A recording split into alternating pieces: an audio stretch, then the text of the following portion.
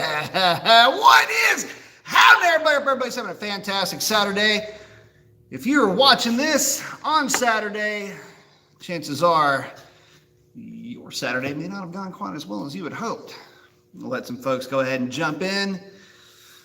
Make sure this rig I got working over here is going to at least hopefully stay where we put it. I think it is. Of course, you got the mistress hanging out with us, as well as Camaro, kind of hanging out in the shop tonight.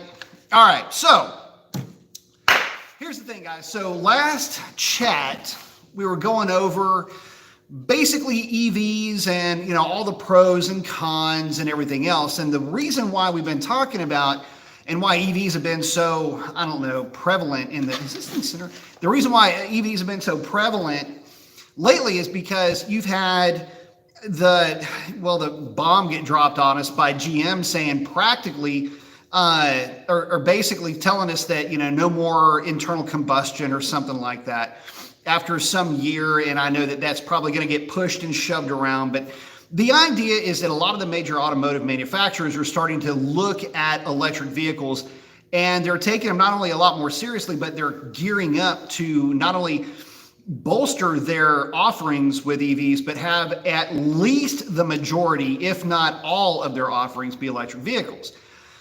But that doesn't necessarily mean that that is the death of the internal combustion engine. As a matter of fact, quite the opposite. Internal combustion engines are still going to be around for a long, long, long time.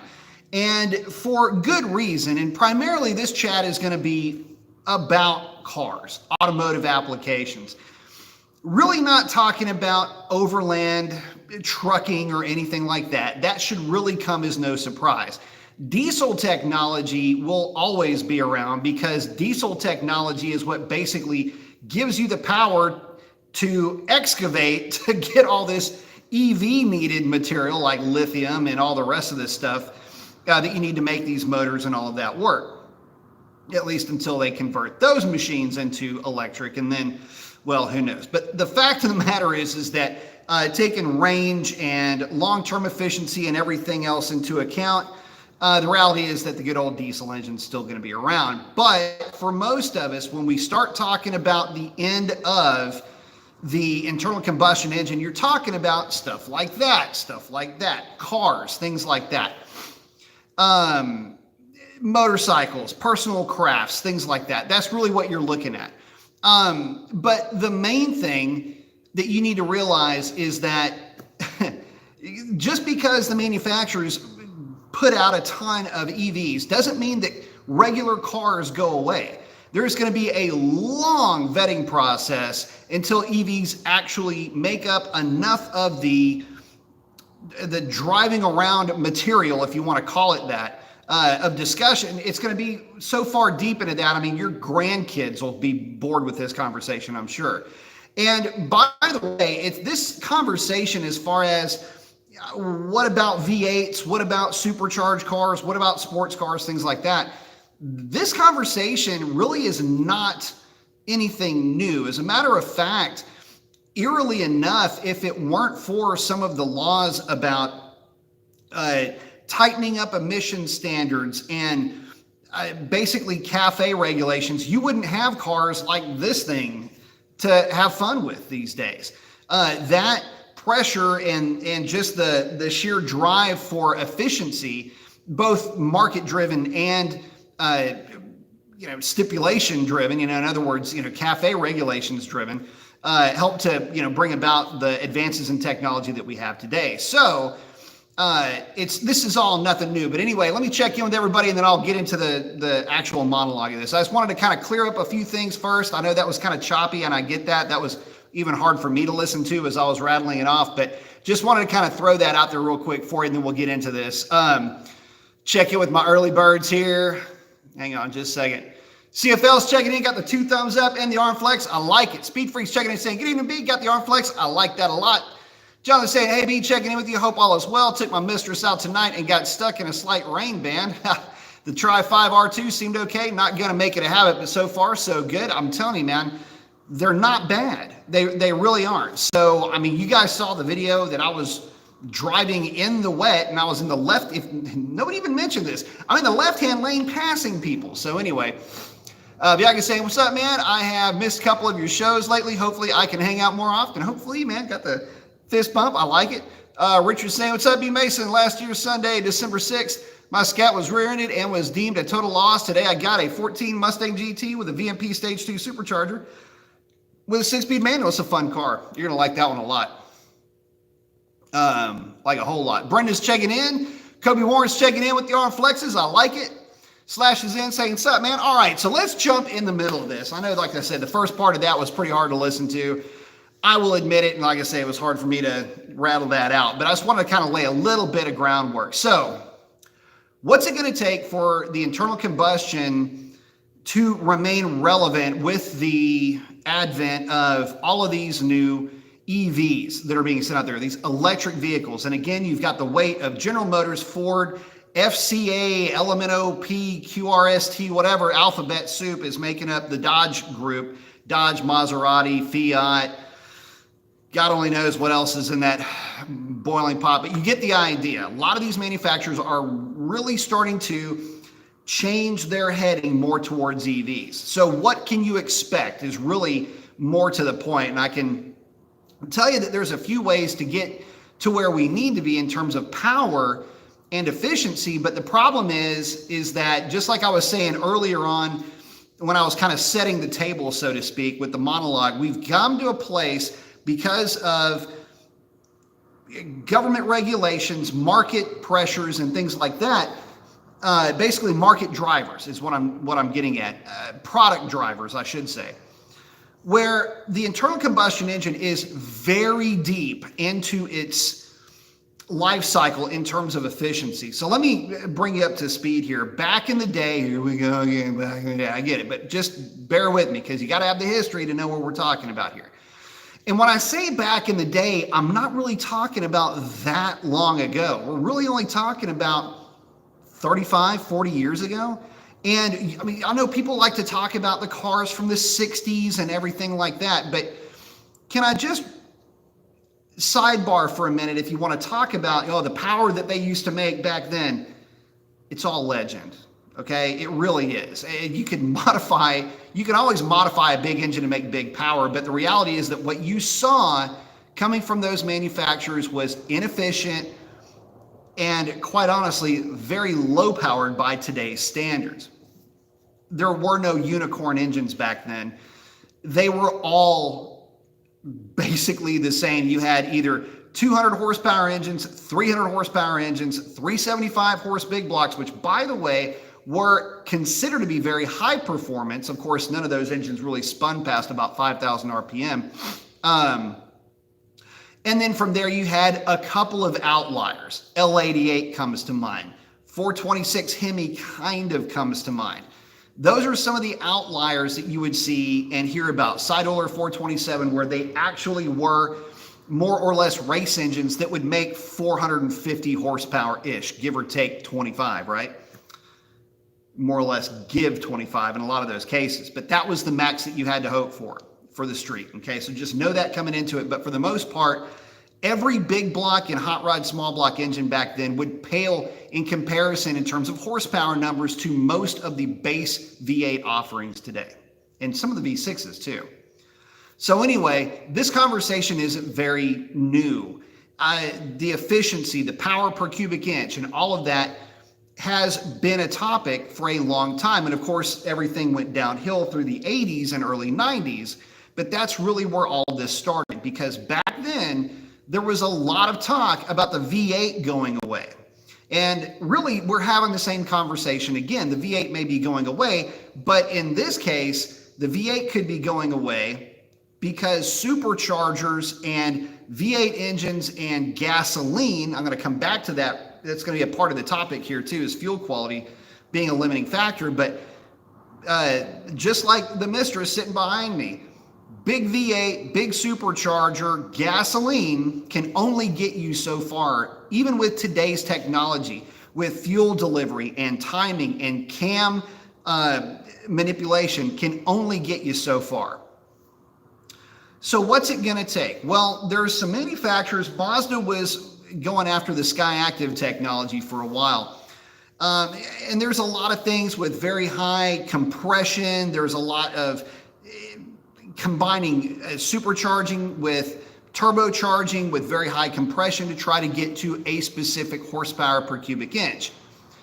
The issue with all of that is that you will always be limited by the quality of fuel that you use. And until more people adopt and more manufacturers adopt flex fuel technology, and there's more of a trend towards a alcohol-based fuel, the way that Brazil did it, for example, then a lot of the technologies simply can't take place, because let's face it, gasoline has pre-ignition limitations. And aside from throwing, 260 GT plus at every pump, which would be 104 octane gasoline ethanol blend. And of course, we've got E85 to work with, which is going to obviously work better. But again, you can kind of see where the manufacturers are a little bit handcuffed here.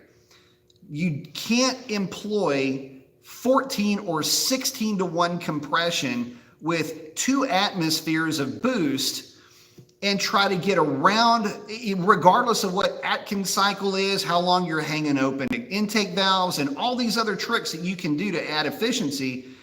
And bleed off compression, there's only so much that you can do with 87 octane gasoline, 91 octane gasoline. You got to remember that most of the country, well, I say most of it, that's the wrong word to use. A lot of the country is using 91 octane. And because of that, all of the benefits that you may glean from, again, 14, 16, 18 to 1 compression, direct injection, turbo with a supercharger, all these compound systems, cam manipulation, all of these things would be reliant upon fuel quality to generate that power. And unless you've got a fuel that will be incredibly resistant to knock, you're going to be up against it. Now, of course, diesels, little bit different story. You can employ all of those techniques, direct injection, and well, it has that anyway, right? And now you've got a pretty viable, very efficient power plant, but that's basically where diesel is now. None of this is anything new for the diesel guys. And really, it's the gasoline guys that are running around scrambling, going, okay, well, what do we do? What fuel could we use? What other means of making power can we look at? So let's take a look at that. What are some of the technologies that are being looked at in terms of moving the needle a little bit more towards efficiency and power production for gasoline? Well, you've got aforementioned very high compression, extremely precise and very creative metering of fuel delivery systems. Obviously, there's different cycles like the Atkins cycle as opposed to the Otto cycle, which is what these run, OTTO, not AUTO. Just different cycles where you're manipulating cam events and things like that. But another one, speaking of cam events, is just to do away with a camshaft altogether and use a pneumatic system or electric solenoids to actuate valves. That's another thing. So where would all this get us, though? I mean, we can talk about this and I can nerd you to death with some of these, engineering, feats of fancy. But the reality is that I would would venture an argument and say that you're looking at maybe another, 20% in terms of power, 20% gain in efficiency. That's really where you're at. You've got a lot of these lean burn technologies that are out there, but even then, again, like I said, you're limited by the fuel quality that you can run these things at. And so now you're kind of back to square one, but I'm going to argue that maybe 20% is what's left in these internal combustion engines, gasoline powered, before you're going to be hitting a point of diminishing returns in terms of throwing technology at the internal combustion engine and just not getting anything out of it. And the reason why I say 20% is I say, look, let's say that you can manipulate the valves in an engine to have an infinite cam profile.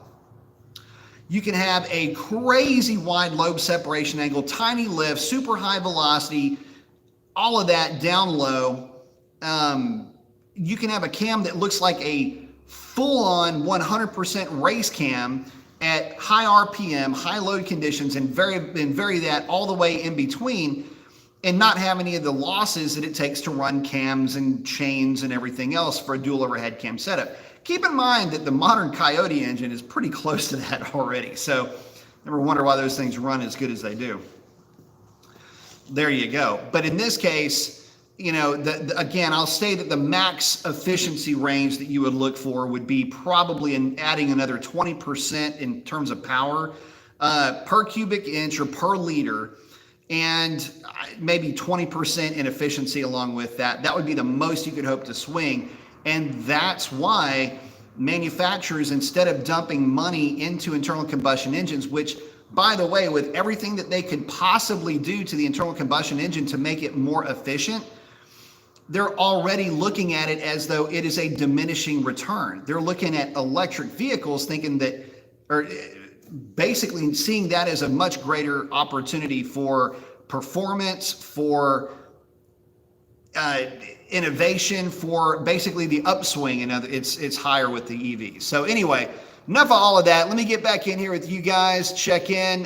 Kobe Warren saying gas engines are putting less emissions than ever and better gas mileage than ever. That's true, and that's obviously a direct result of corporate average fuel economy requirements.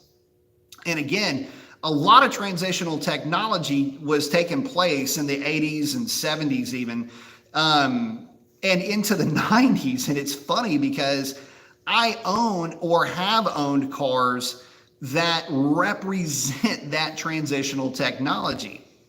This girl over here, Camaro, again, as I'm always referencing Exhibit A over here, is a perfect example of transitional technology. Throttle body injection, not sequential. It's basically just it's like a carburetor with a very sophisticated fuel leak. And so that's really all it is. But it is more efficient in a lot of ways than a carburetor would be. And so there's a bit of transitional technology for you. But as that technology transitioned into something more like that, that's got a lot of efficiency going for it. You go, well, how do you figure? Well, this thing will knock down 25 miles per gallon just cruising down the highway with an engine that's 6.2 liters. Not too shabby. So about the same miles per gallon as that thing, same efficiency. Slash is saying, I don't get the environmental reasoning for EV cars. Most every time you plug in for a recharge, you're getting the electricity from a coal-fired power plant. That's true, provided you don't live in an area that is being powered by water, solar, wind. There's at least some alternatives to a coal or a natural gas-fired power plant. So in that respect, at least you've got some mix, although the percentage is itty bitty. I mean, it's really not even worth bringing up, but there is at least that aspect to look at, although minor. Make no mistake here, I'm not trying to overinflate it. This thing is, it's a very underinflated amount, not understated. But that's the main reason why. But yes, you're exactly right. Now, the idea there, though, is that you're not broadcast, your pollution isn't broadcast shotgun blast the way that it is now with internal combustion. It's just more localized, like a laser beam. And just hope you don't live next to the power plant, right? But that also doesn't take into account all the strip mining and everything else that it takes to get all that lithium into those batteries. And then how are you going to make sure that all those batteries don't end up in landfills? But anyway, that's a totally different deal. John is saying, this topic reminds me of how lucky I am on my 392. And like you said, the natural character of a gasoline engine, the emotion behind it. I'm okay for advancement in tech for sure, but no Prius for me. And that's the thing. I mean, look, the big issue that folks have with this transition to EVs is the fact that human beings can relate to an internal combustion engine, especially one with pistons, because the funny thing is a lot of folks have a hard time really getting all warm and fuzzy about a jet engine. Number one, they don't have a whole lot of experience with them, although they're super cool. But they just don't have the just the seemingly the anthropomorphic features. There's an SAT word for you. They don't have the anthropomorphic features of an internal combustion piston engine. The intake, compression, fire, exhaust, it's easy for a human brain to see it breathing air. It has an exhaust. It's making power through leverage, the same way that we run, walk, or manipulate our world. That's how those engines make power. They require oil in a way that our body, it's just, there's so many ways for people to be able to understand the internal combustion engine, as well as it sees its benefits, but it also sees its flaws and its inefficiencies the way that people see themselves. So there's this weird connection that a lot of people have with an internal combustion engine, because they can, in a lot of ways, empathize, if for lack of a better way of putting it, with this thing that they have. And you know, it's why so many people are just, it's so hard for them to get rid of cars, because they really do have this connection like that. So I get it. I completely understand it. But like I said, if you have children or mentor them, remind them that they could possibly be the last generation that did a burnout fueled by dinosaur juice. Hey, I'll tell you what, like I say, gasoline isn't going away anytime real soon. And look, there will always be alternative fuels. I mean, look, you can blend up your own ethanol in your backyard. I mean, you can brew your own fuel. I mean, not on an industrial scale, but, you know, desperate times and all. I guess the main thing is, you know, don't look at it in terms of it being a bad thing. Like I say, gasoline will be available. You can always, you know, power the things that you own now.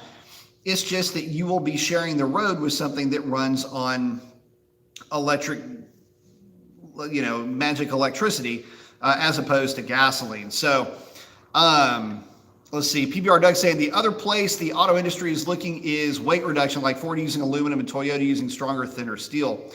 That's true. And so, well, obviously Dodge didn't get the memo on that. But yeah, no, man, listen, there's a lot of weight reduction. There's a lot of trying to make the things as fuel efficient and as power efficient as possible. But again, the issue with gasoline engines is that you are in fact limited by the octane that you can run. And because of that, again, my argument is that you can really only see realistically maybe another 20%, and that's not an insignificant amount, by the way. When you look at average power that has been produced from engines from, like, say again, the early 90s, where this V8, I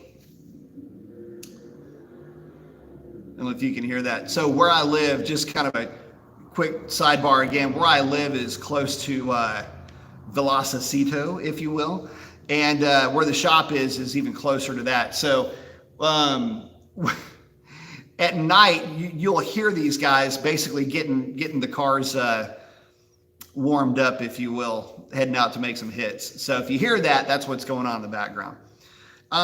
But to give you an idea, this thing is a 5-liter making 170 horsepower. Let that sink in for a minute. A 5-liter making a rather questionable, I might add, 170 horsepower. If you were to take its contemporary version, the contemporary version of this engine, as, say, for example, the 5-liter Mustang or the Tuneport version of this engine, you're up around 200 to 205, 200 rated at 225, but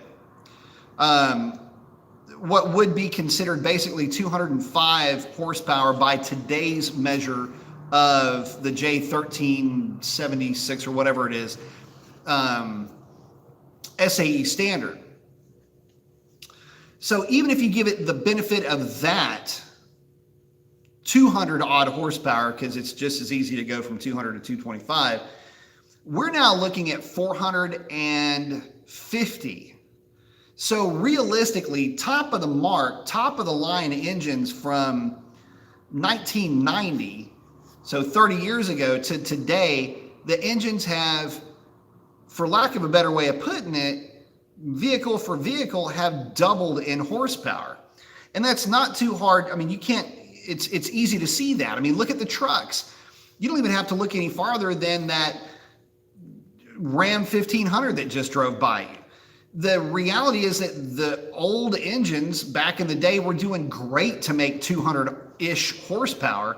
And now the corporate V8 for Dodge is making 400. So it kind of falls in lockstep with that. So again, where do you go from here? Well, in 30 years, you got to the point where you were doubling the horsepower, maintaining a very high level of efficiency in terms of fuel economy. But again, how much farther can you get 93 octane to go? Which kind of, in a way, works in with when we're talking about tuning for the Mistress back here. And the reason why I don't go nuts with pulleys, or I'm not getting real aggressive with tuning or anything like that, but yet the car is still running low tens. You got to keep in mind, this car, stock boost, 93 octane with no additives, no race gas mix or anything like that. We've now gone a 10.129 with this car right there. I don't know if anybody else has actually done that. I know some folks have. That one's loud. I don't know too many people that have done that on 93 octane. I know some folks have gotten real aggressive on E85, but I think you see my point. Can y'all hear that? Anyway, so I don't know too many people that even tried, to be honest with you. I think most of the guys have gotten real bored with trying to extract a number out of these cars. So this one's either number one or number two in terms of getting the most out of 93 octane. But I guess the point that I'm making here is that there is a limit to 93 octane. You have the weight of the vehicle, you've got the amount of power that the thing makes, the amount of dwell at peak cylinder pressure, all this that I've got to take into account. And when you go and look at the tune, the actual engine tune for this car, you would be amazed of how much isn't done to it. So I've been able to see just in data logging what fuel quality will do to something that is more or less stock, well, is stock in terms of the engine in the thing. And I see what I have to do in terms of pulling timing, or just what kind of an issue that I'm running with knock sensor voltage, things like that. When I see those issues, I'm convinced that obviously this car is at the edge of what 93 octane will reliably give you within, again, maybe 15%. I could probably drag another 15% in terms of power out of the thing before it realistically would start running into actual limitations of 93 octane. I figure you've got another 5%, which is actually 33% of what would be a gain. Got to keep in mind, you got to back that math up. You're a fine calculation once you back that math up. Anyway, you get the idea. When you start to look at it from that point of view, there's only so much you can do with that 93 octane. And of course, in this case, lowering weight means that that power would be able to be more efficient in terms of moving the mass off of inertia. But the idea is still the same. Manufacturers have already noticed that they are at that limit. There's not much more you can get away with 93 octane. And so now they're going to go to the EVs. Oh, and by the way, I get the argument. The next one's going to say, well, what about the red eyes? Well, I can tell you that because of the heat that supercharger makes, there's a lot of timing left on the table. And even when you throw the timing at it, it doesn't do a whole lot of good. And it really doesn't matter because this little girl right here has a nasty habit of showing her ass to red eyes at the drag strip. So there's that. Anyway. Summer Night saying, AB Mason. Moto X is saying, love the smell of vintage leaded gasoline. I remember that, by the way. Yes. Slash saying to help the environment, maybe I can plant 392 trees, 1 tree for every cubic inch. I like that idea. We should do that. Sovereign saying the future seems more about dumping electrons into an AC motor. Sad to say, internal combustion engine days are numbered. Yeah, kind of, sort of, man. Moto X is saying 2-stroke oil fumes is like racing smelling salt. I can still smell it to this day. Yes. Lots of experience on a KX80 as a kid. CFL saying the fuel game will not go away anytime in the near future. You just watch thousands go to work to make things greener. Now we're using more fuels for their transportation. Well, yeah. Stay away from politics, man. Sovereign saying, speaking of fuel quality, I did a suggestion, dump some 89 octane into the ES350, and I think I noticed something, but it might be placebo effect. Only if you had problems with 87 before. Eric saying, getting fresh, B got the arm flex, I like it. So, main thing I wanted to do, though, is just talk about some of the engineering directions that engineers have looked in terms of trying to make the internal combustion engine more efficient, try to basically carry the internal combustion engine along for as long as possible, because there is and always will be a certain population that will look at range and understand about the range anxiety and everything else that comes along with, an EV. I mean, that's the big issue, right? It's really not performance. Performance is a kind of a given when it comes to EVs. It's the range issue.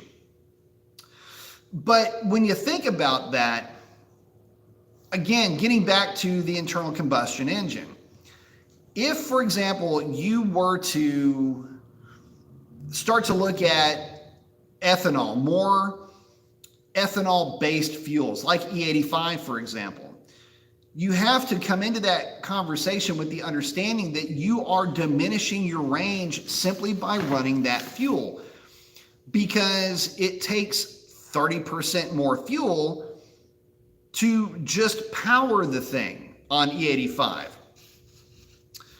Whether you're running it lean burn or whatever, it's still the same. You have to introduce 30% more of fuel.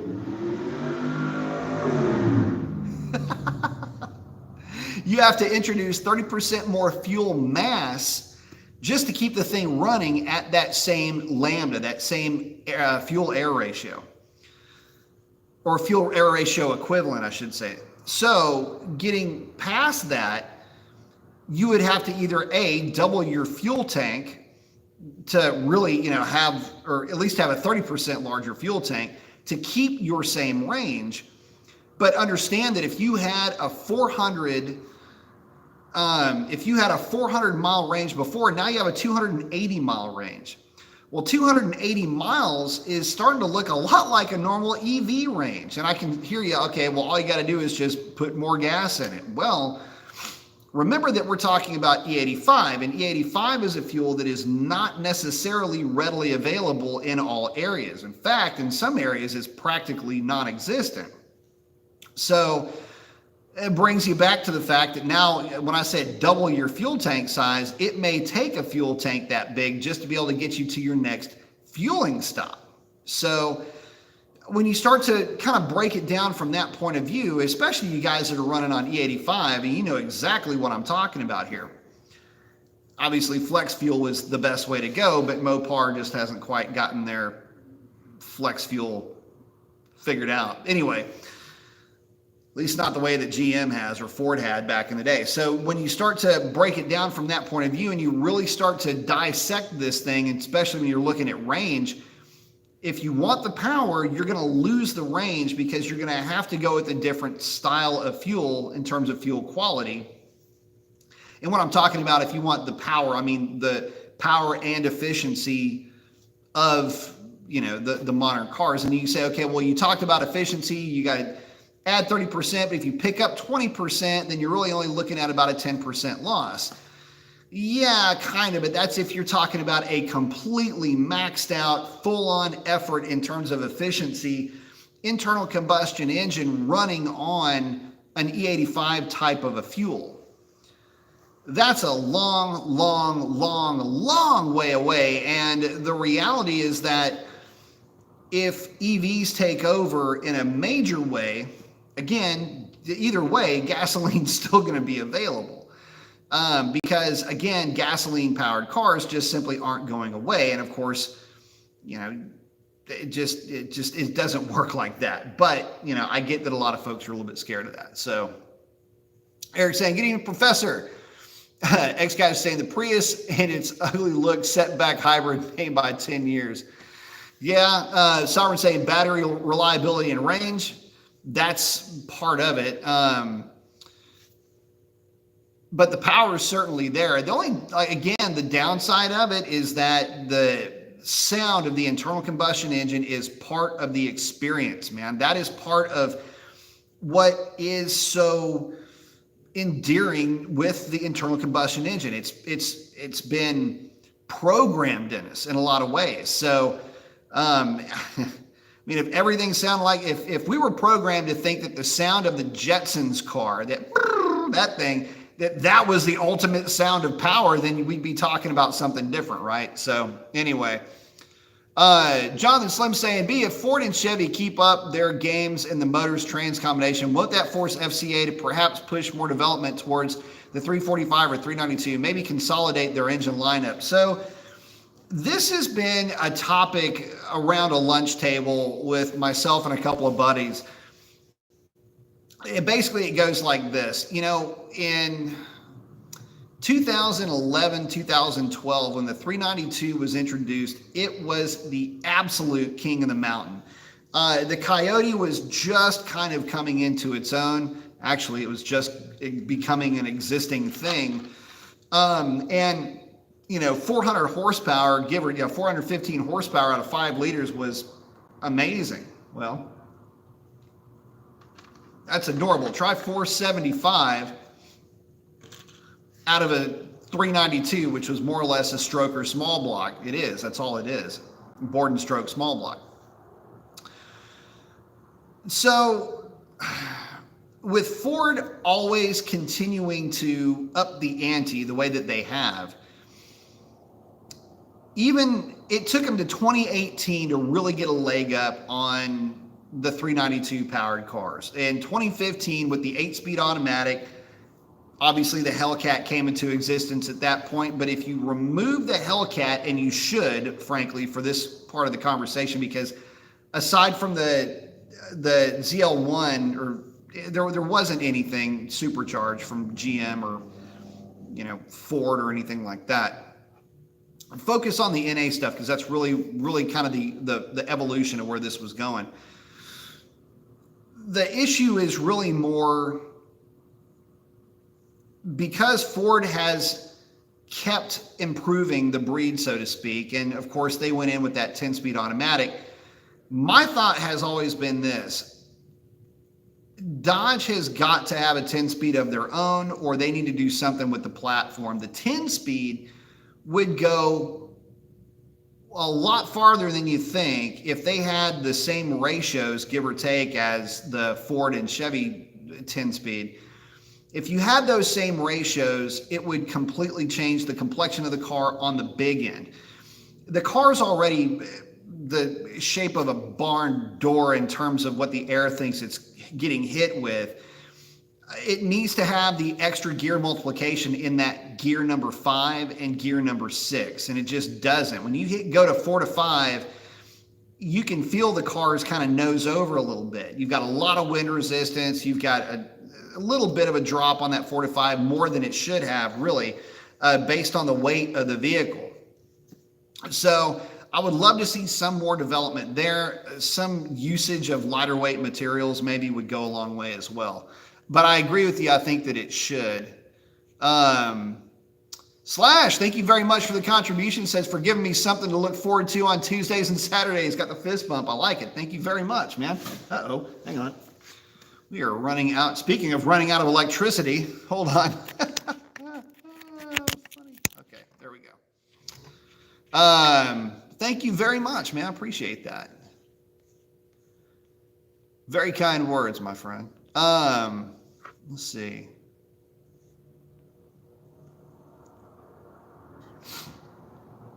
But thank you very much. Sovereign saying double the tank and now your expense is higher. Absolutely. And more importantly, your weight is higher. Keep in mind that for every gallon of fuel, what doesn't matter what kind it is, you are working with roughly, give or take, 6 to 6.5 pounds per gallon. It adds up quickly.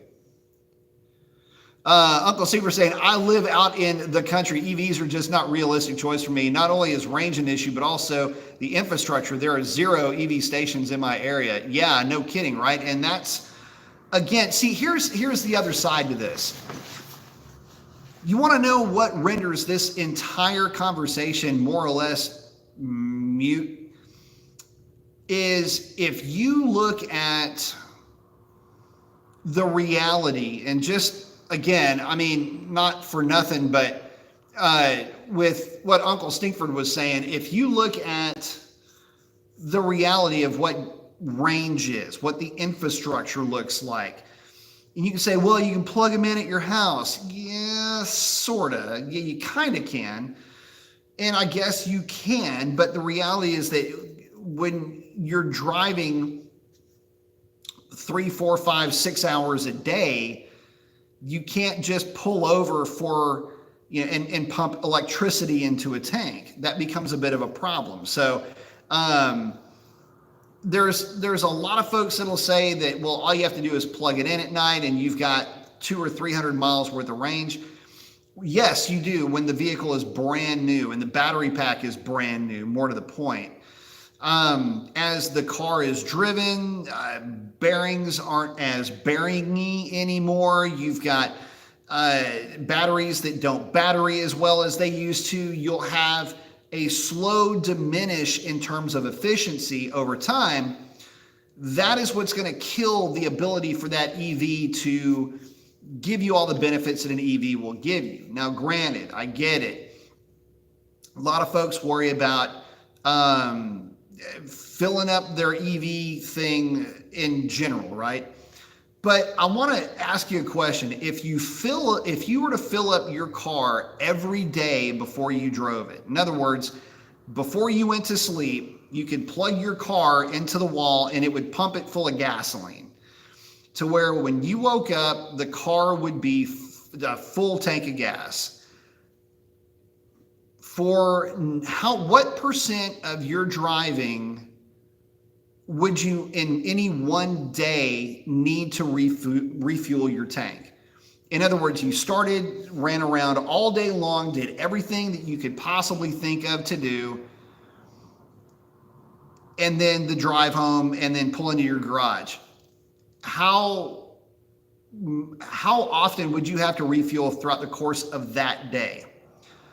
Now, I'm going to stop there, and that question that's the gotcha question, right? But that assumes a few things. So you almost have to check yourself before you answer the question. First of all, that assumes that you live in a house that has a garage that you can plug in an EV into. That's kind of the biggest assumption that's out there. A lot of folks live in apartments, and a lot of apartments don't have any kind of provisions for a garage or anything like that. That group of folks is completely off the table in terms of buying an EV. There's literally no way for them to charge their car every night the way that you would be made to believe the convenience is just there for you. And that argument is a little bit off-putting to somebody who doesn't own a freaking house. All right. That fart sniffing question pisses me off like you wouldn't believe, because I remember a time when there was a young bald guy that didn't have 2 dimes to scratch next to each other and was trying to figure out how to put those 2 dimes into his gas tank. You want to try to get me to run an extension cord out to my car? Shit, where I was living, that extension cord would have been yoink right up off the ground, man. So anyway, you can kind of see where I'm going with that. I get a little bit defensive when you know, the immediate assumption is that this family lives, they have to live in a house, and that house has to have a garage, and that garage has to be able to have electricity and to pump this thing full of electricity every night. Anyway, you kind of see where I'm going with that. So again, and I've gone through all the benefits of electric vehicles beforehand, but I'm not going to have the conversation about all the benefits of an EV without recognizing the fact that there are a lot, there's a big downside. I mean, there's a yin and a yang here with both ends of this argument, right? And the reality is there is no free lunch. There is always going to be a significant compromise. That's why I'm saying, guys, there's always going to be gasoline. You ain't got to worry about that. It's just that as the EVs get better and better and better, and as infrastructure gets better and better and better, it's going to make the EV a lot more convenient to own, regardless of where you fall in line, and where you are in terms of place in life, where you're just getting started, just getting out of the house, and just getting out on your own and discovering your journey, as a lot of folks are now, or later in life where, you don't really need to drive that much, or you don't like to drive that much, or now you want to go on road trips. Now what do you do? What's the infrastructure scene looking like? All that comes into play, and that'll come into play as the technology evolves. But you can kind of see where I'm going with that. And of course, I get back into the whole deal where, if range is the biggest concern, I think for most folks, range isn't going to be a problem. But right now, if you've got the coin to rub together to buy an EV, chances are, you can figure out a means to get that thing charged. So we're saying gas is still needed for generators, so we will be still using those for sure, be it for home power generation or power generators on an EV vehicle. Absolutely. Jeb and I say, we just heard that incredible sound from that vehicle screaming past earlier. Got the arm flex. Yeah, for sure. They're out there. And again, Slash, thanks, buddy. Natalie's saying, EVs don't have a soul. I don't care how fast they are. I need my big V8 sound. I completely understand that. Hey, CFL, thank you very much, man. Political swear jar fee. Man, I know. The whole reason why I appreciate that, I don't know why it didn't pop up. The whole reason why I don't do the politics thing is that I focus on things that bring us together and not the things that separate us. And I think there's a lot more positive to be had with the things that bring us together than the things that bring us or tear us apart. So,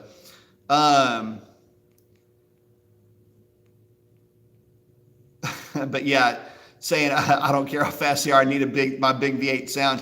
What's funny is that they'll pump that into the speakers too, which is kind of, it's like, I don't know. And Modox saying, dude who just lit up in front of the place plans to replay the video so he knows what he sounds like to neighbors. That's awesome. Sovereign saying that Challenger's a brick, but I love that brick. Baby, she's a barge, man. I love that car to death. I really do. And I'll be honest, like I say, I mean, the way the Challenger is now, I mean, it represents, and it is very much the absolute, it's got bits and pieces of every car that I've ever absolutely loved. It's like having all of that wrapped up into one vehicle. So, I mean, what's not to love? With the only exception being that it's not a manual transmission, but in a car that big with that much power, I wouldn't want a manual. And, if I want to play, well, I can't say I can just hop in the Fox body now because the clutch, unfortunately, is still grenaded. I've got to order the parts, but we'll be getting Sierra back here probably in the next week or so. And, so I'll be puttering around in that thing and having a ball. But yeah, so you gotta put the clutch into Foxy, and then it'll be a clutch and flywheel, and then Camaro goes over to Doc differential at some point. I don't even know when. He's going to hate me before it's all said and done because Sierra's been kicking his ass. And I feel bad. I'm not laughing at him. I'm laughing only because I'm sympathetic to it. I've had situations where I've had a car or a motorcycle fight me and fight me and fight me for seemingly no reason. And every time I would just look at the thing, it would get pissed. So I get it, brother, man. Keep fighting the good fight. We'll get there. But I appreciate all your hard work, brother. I really, honest to goodness, do. And CFL, thanks, buddy. I appreciate it. Shiv's saying, what is better for stock tune 392, VP MS 109 or Sunoco 260 GT? For the stock tune, I wouldn't run either one of them. I would run GT 260 and call it good. And the reason why is you're not going to get any benefit from the added octane from the VP or from the 260 GT Plus. They're both basically 103, 104 octane, but they get there by way of higher ethanol content, whereas the GT 260 gets there because it runs the same ethanol content as regular gasoline, but it's starting out with a much better base fuel, basically a 92, 93 octane ethanol-free base fuel is what they're using. It's just a really good fuel for those cars. I like to run that on the NA cars. If you're going to mix it, do about a 1 gallon of race gas to about every 4 gallons of regular 93 octane, and that'll put you kind of in a sweet spot. But I just, again, even with the oxygenated fuel with the 109, I just never saw any benefit from it. Sinister saying, my daily is a 200 with the Pentastar V6 and it's flex fuel. Any idea why they don't use that on the Hemis? Yeah, here's part of the reason why. Actually, there is a way in HP tuners where it takes bits and pieces from your actual operating system and operating systems like yours.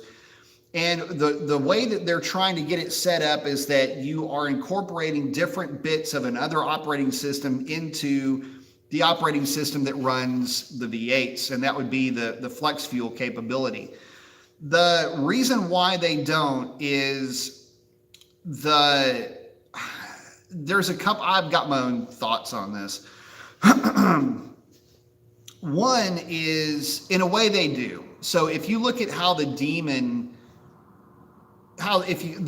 technically is a flex fuel vehicle. It just, instead of using E85, it uses race gas.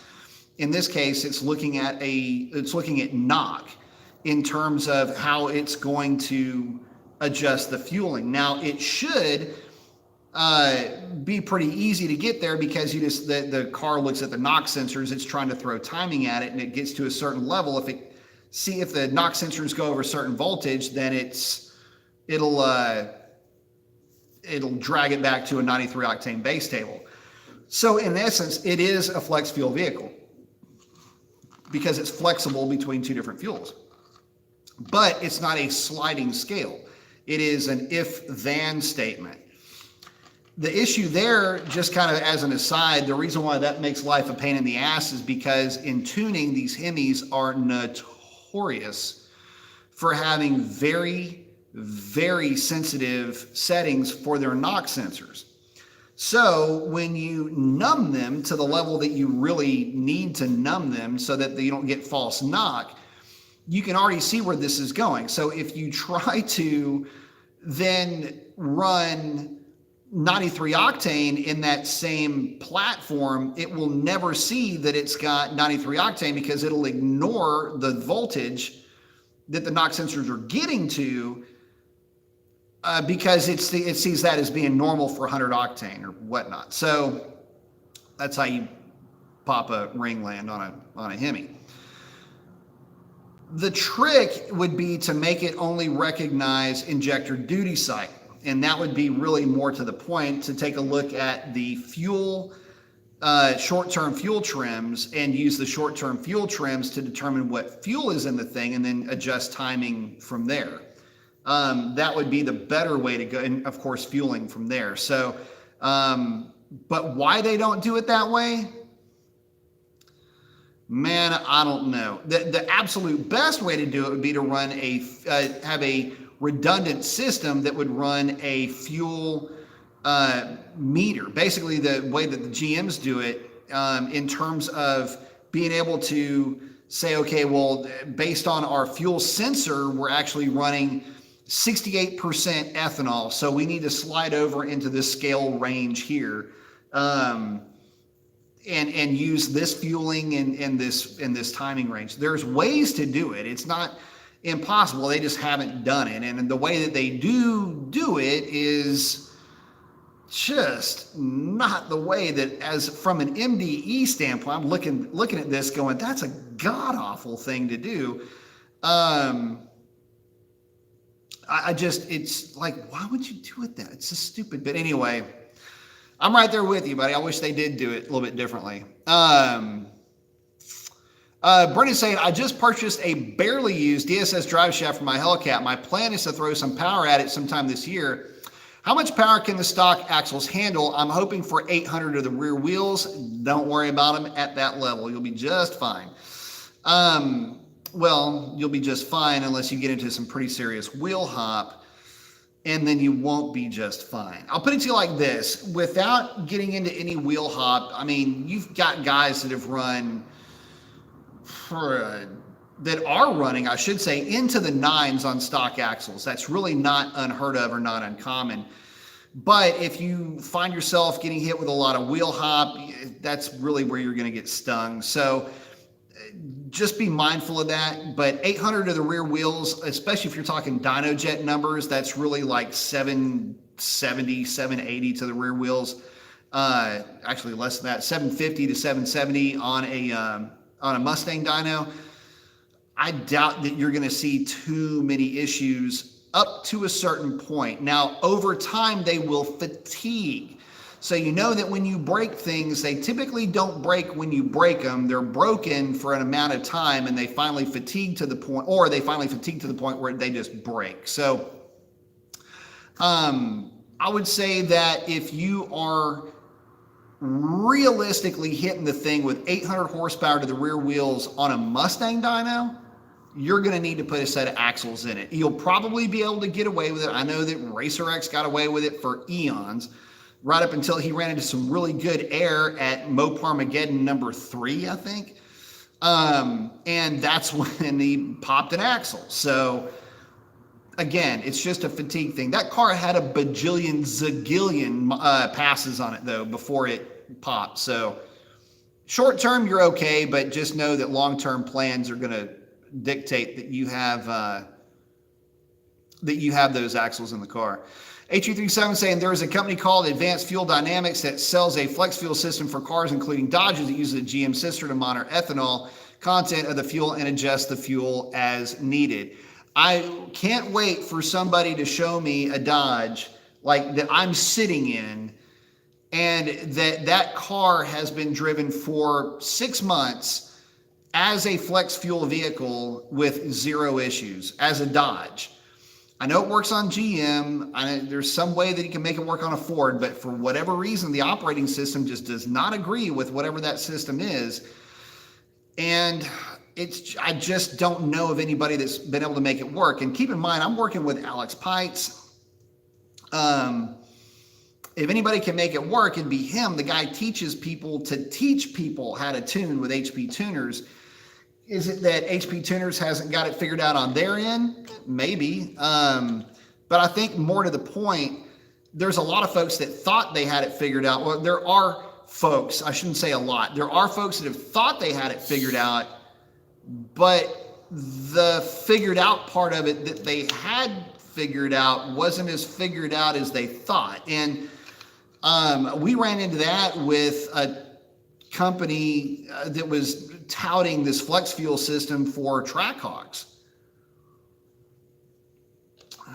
The weird thing is they would work fine for a while, but then over time, I don't know if it was an adaptive thing or what, but they started developing hot start issues along with some other real inconvenient problems, and it just didn't work out. So just saying, so far my experience really hasn't been all that positive with those types of kits. And like I said, I'd love to see them work in real life. That's the only thing I'm getting at.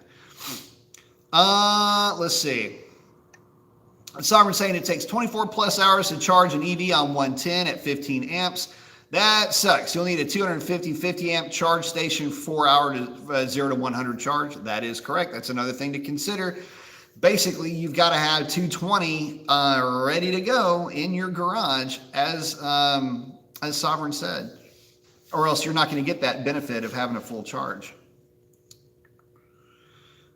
Let's see, Jebediah saying, just like you said, because the vehicle doesn't pollute the immediate area around you, doesn't mean it doesn't pollute, absolutely destroy the earth, mining for materials and the manufacturing of it. Absolutely. And so speaking of which, okay, so some of you guys know this. I used to live in San Francisco. I lived there for about 4 years. And it's like my adopted hometown. I miss San Francisco a lot. Think about it, my friends and everybody out there all the time. Not that I could ever afford to live there again, but the reality is that up there, it's funny, there are so many daily driven 60s and early 70s muscle cars. It's crazy. You would see them. I'll tell you the boring stories later, the stuff that I would see on a daily basis. But you would get to talking to these folks, and they are hardcore environmentalists that would own this, 67, 68 Mustang, 66 Mustang Fastback, little 289 car or whatever. It would be like a 70 Dart with a 340, or it could be an old Charger. It could be an old Challenger. It could be anything that you would consider to be cool, kind of a muscly car from that era. And the argument that they make is, look, it doesn't take any energy to make this car again. All of the parts that you can get for it can be sourced out of a junkyard. As far as polluting goes, that they don't run long enough to realistically pollute, keep them in a good state of tune, and they're actually fairly clean. And for as much as they drive them, there's not that much of an impact anyway.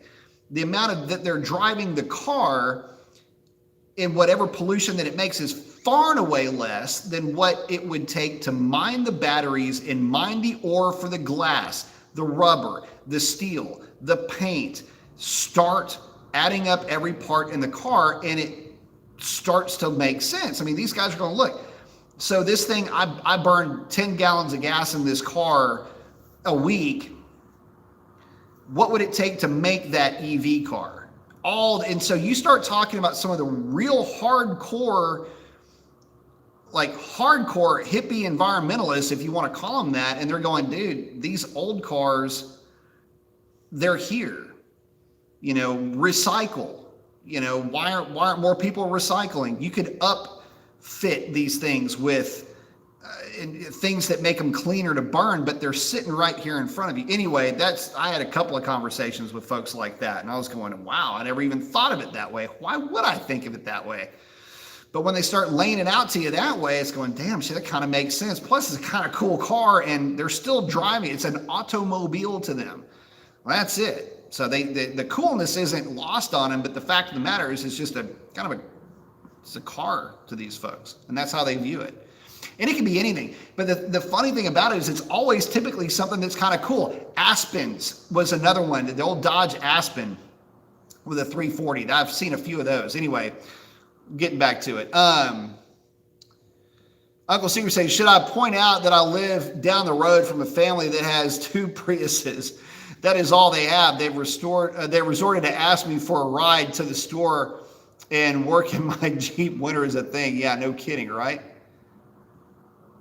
Yeah, that's too funny. I mean, it sounds to me like piss poor planning on their end. Piss poor planning promotes. How does it go? Oh, hell, now I can't remember it. Anyway, I got my head screwed up. Piss poor planning promotes piss poor performance, or something like that. Brendan saying, I drove a coworker's Tesla a couple of weeks ago. The acceleration was pretty impressive, but it doesn't have the same excitement that the V8 Roar has.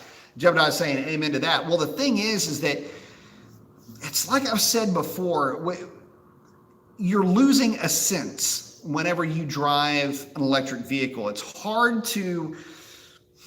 How can I put this?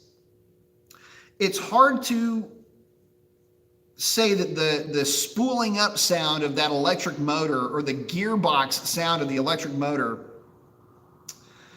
is analogous to acceleration and power and all of that. You've got the sensation, of this thing going fast, but you don't have the sound to go along with it, the soundtrack. And the way that I try to explain this to people is, watch your favorite movie. Watch a cool movie, like watch Die Hard or Predator, or, pick a James Bond movie, right? Watch the movie, but then remove the soundtrack. Don't remove the talks and the bang bang and the pew pew and all that. Don't remove that. Just remove the dun dun dun dun, like from the Terminator. Remove that part of the movie, and it's just some dude standing there. That's it, right? But if you go dun dun, you put the music to it, all of a sudden it's like, oh shit, about to get real. But you know what I mean? There's a certain level that you are going to have to be committed to removing and to doing without with these EV cars. And a lot of it, living out here by Velocito, man, we got all the hot rods out here. It's part of the thing. If that would have been an EV going, it'd be like, what was that? But you hear the guys, probably a truck. A lot of them are trucks out here. And you hear that, you're like, oh, damn, somebody's going out to have a good time. This is going to be cool. And you hear it, and that's part of the experience. I don't even have to see it. I don't have to touch it. I don't have to know what it is to know what that sound meant. So I don't know. I get it. And to me, that's the hard part of getting used to an electric vehicle. Yes, they're fast as hell. And yeah, I guess you can get it into your head that sound, that electric motor sound means something. But until you can actually absorb that meaning, it's the whole experience is just going to be, I don't know, left to be a little bit numb, I suppose. Sovereign Mopar, bringing people together. Uncle Steve said, my brief comment on politics was spoken. Oh, thank you very much, man. I appreciate that. It says, yeah, I'm more into what we have in common and the cool stuff that we can share between each other, and the cool stuff that, culturally we can share together and all of that. And, start trying to get into something that splits us up and tries to, pit one group against another and whatever. And I'm so anti that. You have no idea. Sovereign saying, 41 watching, only 24 likes. Hit the like button. Yeah, hit the like button. Like, subscribe, share, hit the bell thing, all of that. But I saying Super Bowl Sunday, cars and coffee on beach. San Francisco, on the beach, San Francisco. Nice. Ocean Beach. Oh, I miss Ocean Beach, man. Ocean Beach, I misread that. Ocean Beach is badass, man. Ocean Beach, it puts it like this. Ocean Beach is the beach, the first beach that I ever put my toe into the Pacific Ocean. Very cool. 37 saying the infrastructure for EVs isn't there, nor is the ability to make batteries on a large scale. The government will raise CAFE standards on placing an emphasis on small displacement engines and lighter cars.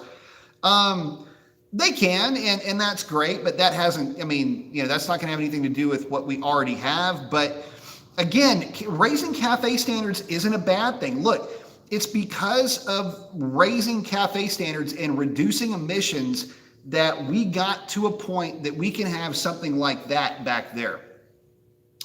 Without that, manufacturers left to their own would have stuck with carburetors for as long as they possibly could have. And in many cases, they did.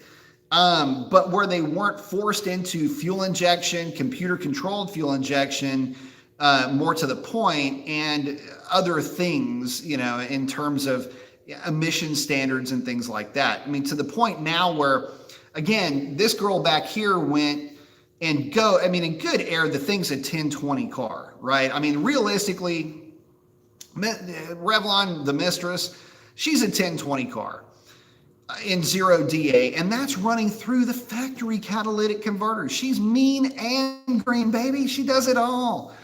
So, CFL saying, I'm thinking of getting another Challenger like yourself. I don't like the wide body design or paying for it. Would the red eye be the best choice available? Would you give up a 1320 for one or stay put? Tommy, here's what I would do. If you've got a 1320, which you guys know that I've developed a pretty unhealthy crush for that 1320. Just because you can play with it and do all the stuff you've ever wanted to do with a Hellcat, you can do with that car on the street. Anyway, getting back to it, the red eye, the red eye is really good at the drag strip. If you have a drag strip available to you, the red eye would be pretty cool. A regular body, non-wad body, 309 gear red eye. I mean, I had one basically spec'd and was, I mean, ready to jump square in the middle of buying that thing. But God, it was just so expensive at the time. They didn't have any of the power dollars or anything like that. And just so happened, I literally ran across the car like that I'd always wanted, the brochure car and an early release 2015, which is what I really, really wanted. So that's what I got. But I'll be honest with you, if you found a 2017, not 2016 or 2015, if you found a 2017 or a 2018 Hellcat, real low miles, I would probably steer you in that direction, mainly because that car stock 262 gear automatic on a drag pack. Oh, by the way, that girl's got new legs, man. I haven't showed y'all that yet. So we got D5s on her now. I'll get into that a little bit later too, if we have time. If not, I'll put out a video showing the difference between the Recluse and the D5s and the Race Stars, and why I absolutely love the D5s. Can't believe I didn't buy them earlier, and why I'm a little bit with the Recluse. And the Dark Stars, the ones that I've been running on the car, those are already spoken for. So those will be going to their new home here pretty soon. So, but yeah, love the D5s. Anyway, the 262 car on a drag pack is a 1080, 1070, 1090 car. Realistically, you might in certain conditions you'll run 11.0s or whatever, but that is actually a real sweet spot on the street if you play around with drag radials or a drag pack on the street. You can get basically all the power that you paid for out of that car on the street, and it'll be a lot of fun. The red eye, you can kind of do that with, but at the drag strip, the red eye is going to be better. The red eye is going to come out of the hole harder. It's going to lay over a little bit more on the big end, admittedly, and that's where a lot of people get turned off by the red eye and by the Hellcat a little bit with that 262 gear. But the reality is that they all kind of lay over a little bit on the big end. The red eye more so because you're running into some temperature nannies, some thermal nannies, because that supercharger just dumps so much heat, but comes out of the hole like a banshee. But again, I'm a little bit biased towards the Hellcat because I have a Hellcat and I know what my Hellcat does to red eyes on a fairly regular basis with very, very, very, very, very little done to it. and it's parts that I've already had. So there's that. But anyway, just I guess to answer the question, because I am tap dancing all around it, aren't I? Would I get rid of a 1320 to get a red eye? I don't think that I would. I know that sounds weird, but I don't think that I would, unless you live or you're going to be going to a drag strip relatively often, and you're going to run it out there on a legit street strip, rear tire setup, and maybe a front drag pack. If you're going to be doing that, then the red eye is very much worth it. And I'll even make an argument that if you were to spec out a drag pack, if you were to spec out a red eye 309 gear rear seat delete car, whichever body you like, but I know you and I are kind of in agreement with that narrow body, but do a narrow body 309 gear car, you would have a car that would run, they're guaranteed mid-tens, and you wouldn't have to touch it. I mean, you'd leave it bone stock and you'd have a mid-10-second car all day, every day. And by the way, it's a red eye, which means it's going to retain its value really, really well. Dodges retain their value really well in general. Hellcats retain their values extremely well, as do red eyes. So just know that coming into it. I hope that doesn't thoroughly confuse you. Sovereign saying 808 from pump gas is an impressive feat for the Dodge Demon. I want to caution you on that number though. So all of the Demons that we saw on the dyno put 656 horsepower to the rear wheels.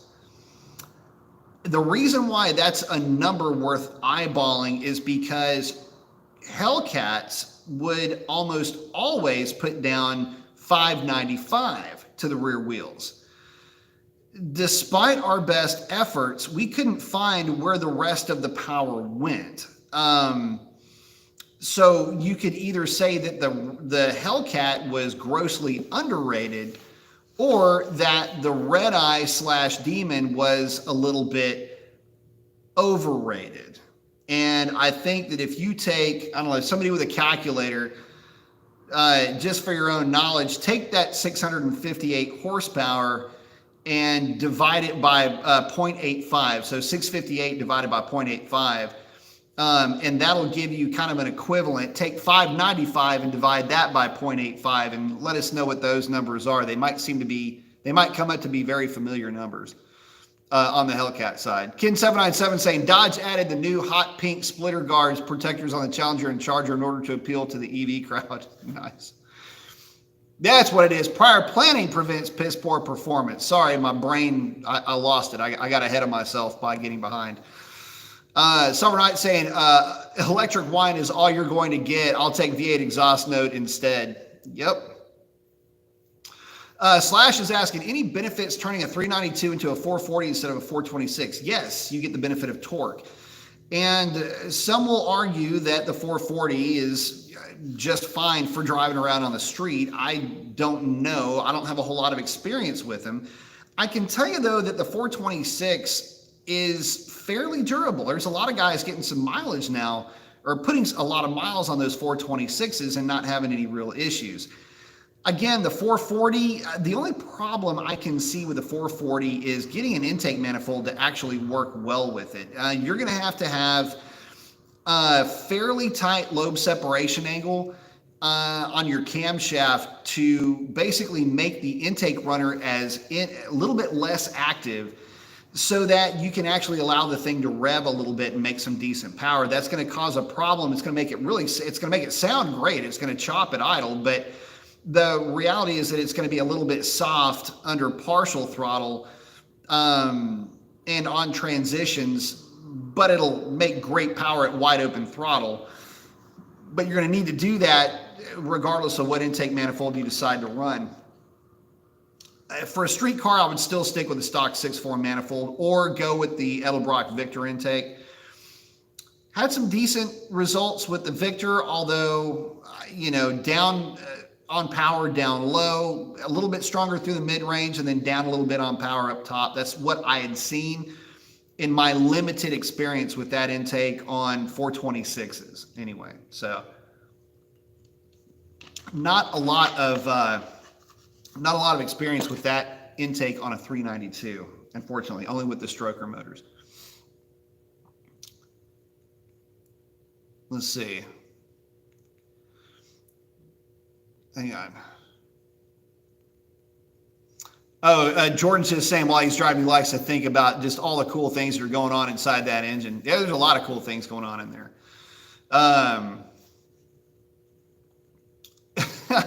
Sovereign's saying the volatile explosions going off in 8 cylinders sounds so much better than the boring, whiny electric motor. Francis saying, hey, B, EM, my thoughts, EVs have no soul. Take care. Well, you know, a lot of folks feel that way. And again, it goes back to what we were talking about before with, you know, the ability to have this mechanical empathy that we can develop, because in a lot of ways, it is a living, breathing thing. It takes in air, it takes in food. Its brains, like with these cars, run on electricity, or they have electricity running, even if it's an old carbureted car. I mean, it's easy to identify with the flaws and the little hiccups and all of that thing has, because, you know, we're all fallible, right? So, you know, again, that mechanical empathy is something that a lot of people can really develop, and that's kind of hard to do for an appliance, you know, which is in essence, when you start to break it down, I mean, that's all these things are transportation appliances. So when you start to dig even deeper with that, it's like, well, how emotionally attached to your washing machine are you? How emotionally attached to your electric razor are you? You know, got any love for those clippers? I mean, I don't know. And I understand that, you know, and everybody says it's a toaster, you know. I get all of that. Look, I understand completely. And it's hard to have just all the warm and fuzzy feelings for some of those things that you can have for something that makes the noise. And that's really, at the end of the day, that's what it's all about. And I mean, again, it's a very real analog thing. And that's the other side of it too. Human beings are analog creatures, right? So the electricity thing, you can understand fire make boom, loud, big flames, freak them out. That's cool, because that's what we're hardwired for. So the electricity thing, no comprende. I don't get it.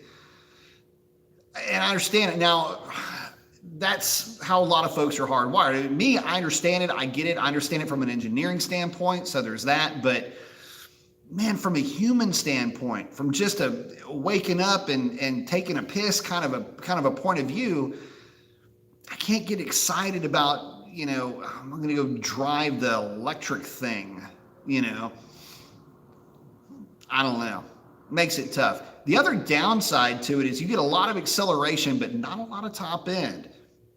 A lot of the reason for that is that with the massive amount of torque that those motors are making, they can potentially have an issue with exploding transmissions. Not to mention, transmissions represent parasitic loss, and the lower the parasitic loss, the more the efficiency will be. So, and the more you load an electric motor, the more more power that they can actually make. So the more you're basically dealing with its maximum torque, which is what you're working, your biggest benefit with the electric motor is that maximum torque number. So if you think about it, first gear, second gear, third gear, fourth gear, every time you would shift gears, you would get this huge rush of acceleration, assuming that transmission didn't explode. So lots of cool things you can do with them.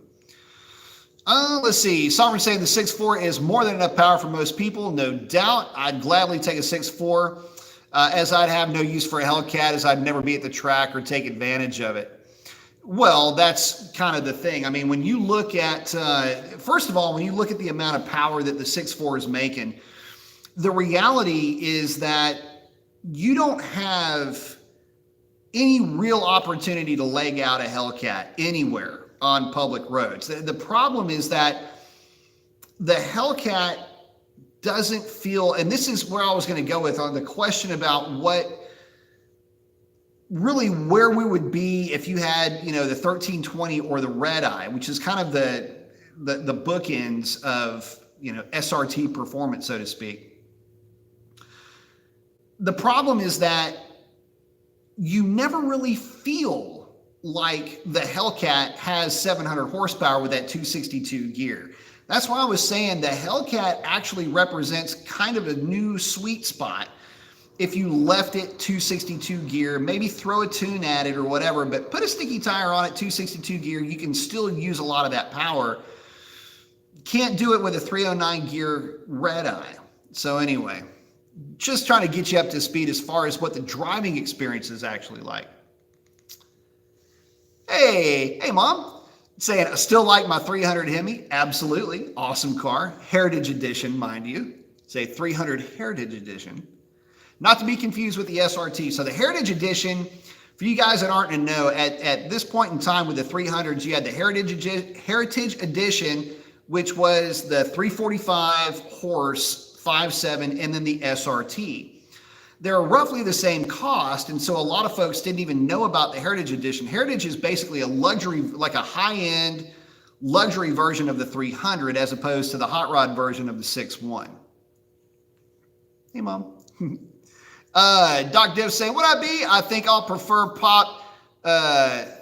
pop of engine rather than the zip of a motor. By definition, engine or a motor, hence the name Motor Chat tonight. Doc Div said, do you want to shoot a gun or zap a taser? About the same thing. Nancy's running this country. Easy there. Dr. Div saying, looking at the background, I can just send you a Dr. Div banner. Well, get me a Dr. Div banner, man. We'll put it up there.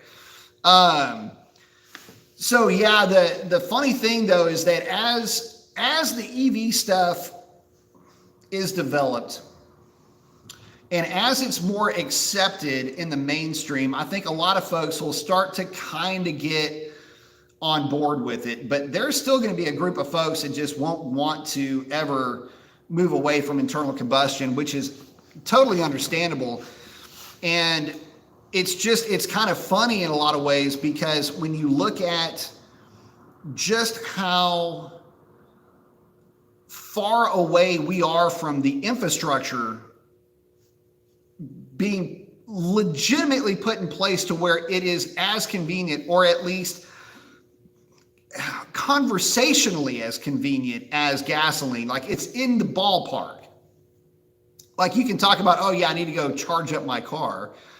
At the supercharge station, where let's say you're there for 10 minutes or whatever, and you get a 30 or 40% charge on the car. It's going to be a while before that's put into place. I mean, and that's the funny thing about it, is that, a lot of folks are going, oh, EVs, they're coming, and they're talking about all this happening in the next 5 years. And I'm going, what? No, not at all. Anyway, let's see. Oh, Dr. Div saying, I like the whack of the 392, but nothing beats the acceleration of a Hellcat 6.2 at higher speeds. But the put you in your seat feel, the 6.4 is the best. The thing about the 6.4, and I've said this over and over and over again, the 6.4 feels like it has 500 horsepower. The Hellcat with the 262 rear end doesn't feel like 700 horsepower. Like, if you grew up in the 90s or the early 2000s, you would kind of know what I'm talking about. Where if you heard that a car had 700 horsepower, that you had it in your head like it's going to feel a certain way. Like, you had this expectation of acceleration or whatever that was going to feel a certain way. And the Hellcat doesn't do that. It's not snappy. It's a low compression engine that relies heavily on boost to make power, which is, duh. But the fact of the matter is that you don't get that snappiness that you get with the 392. That basically it's an 11-to-1 stroker small block that has a long runner intake that is making a ton of tip in torque, lots of mid-range, that'll still switch over to the short runners at 4,700 RPM, and it'll still carry power. But the idea is that the show is basically over by 6,000 RPM. But what a show it is. You know, you can say, well, the Coyote revs to 7,500. That's why I always talk about the two vehicles being bookended. Two completely different driving experiences. And of course, Racer X literally has that going on in his garage right now. And I've been saying, if you've got one of each in your garage, you've got the best of both worlds, because you literally have the best of both worlds. You have something that rips on the big end with the Mustang, and you got something that'll just tear asphalt with the 392 down low. It's a pretty awesome combination. Let's see.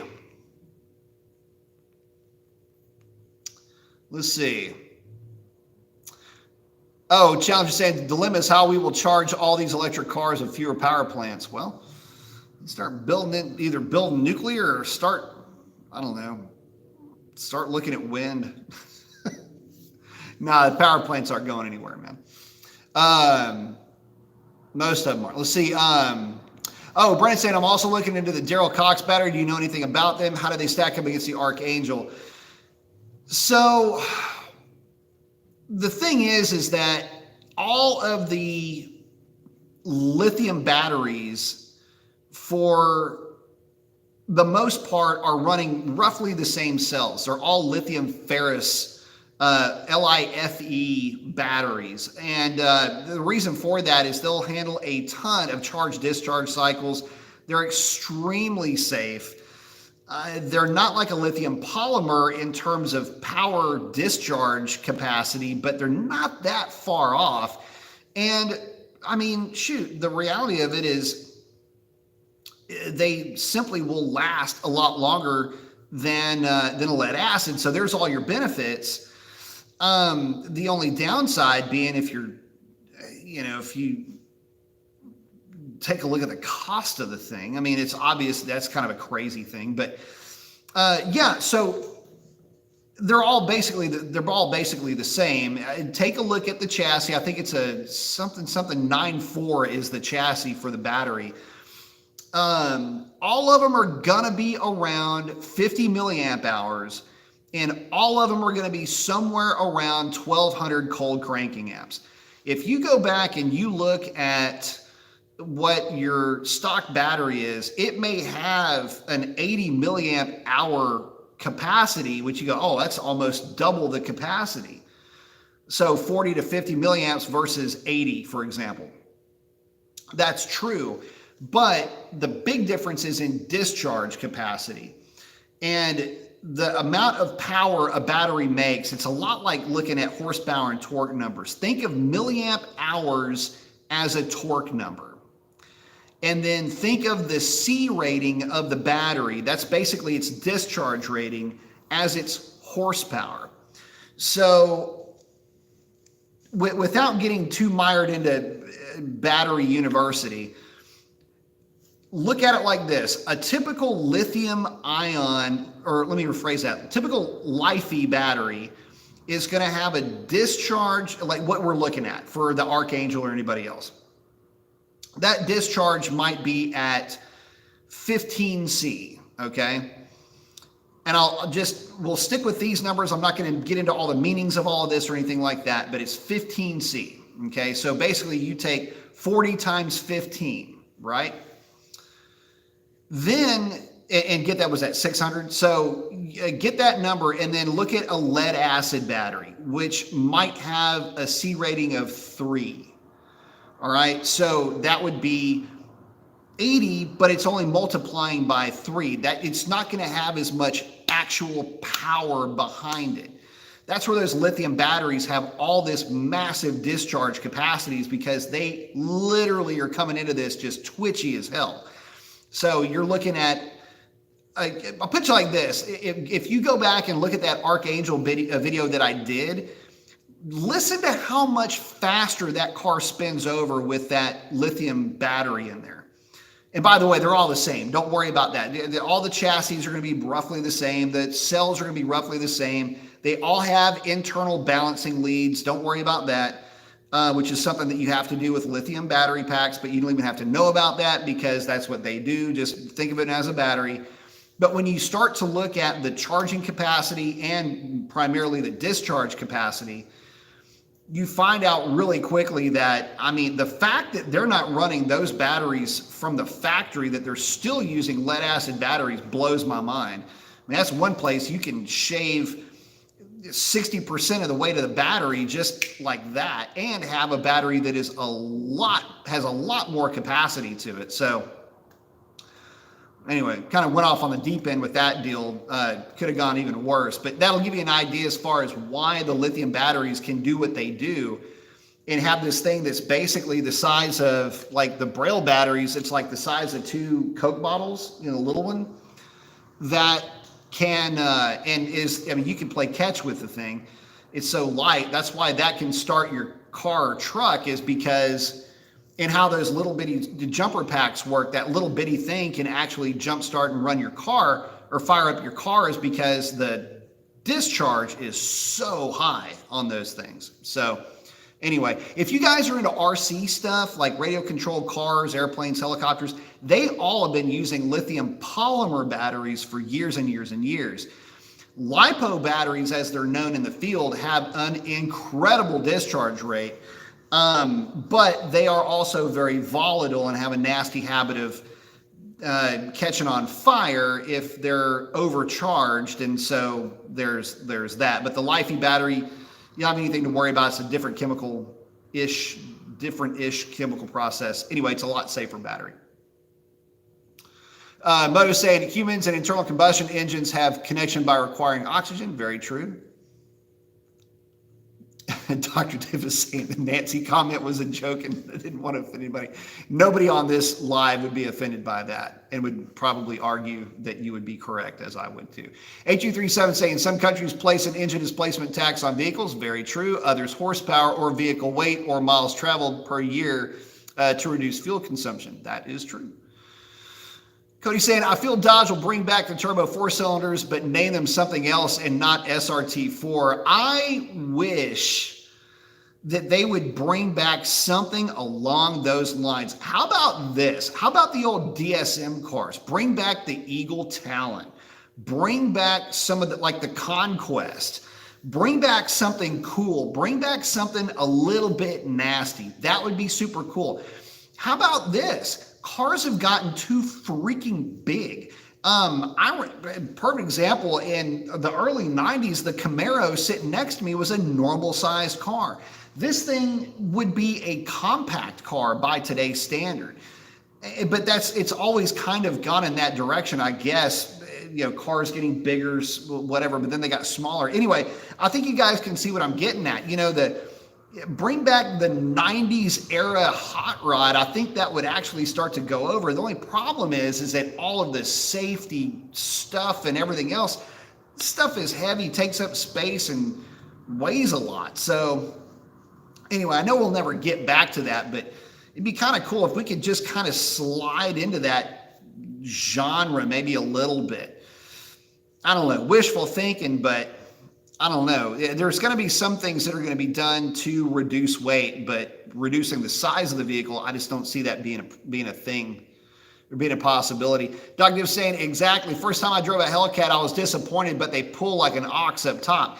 Yeah, and that's the thing. I mean, it was weird. And I had put a video out a long time ago where I'd said, look, man, the Hellcat is cool, but it doesn't, it won't blow your hair back the way that you think it would. And I had some Hellcat owners come back and just, man, you don't know what you're talking about. You're a dumbass and all this other stuff. And I'm going, dude, I don't think you understand something. I kind of do this. I mean, I'm not trying to dog on the Hellcat. I'm just saying, look, it's because of gearing, because of weight, because of whatever. Lower compression ratio, significantly lower compression ratio. Tooling around town, just farting around, going here to there, it's a little soft. It's a little pudgy, man. Whereas the 392 is just kind of, it's just, it's just twitchy. It's just a lot of fun to drive.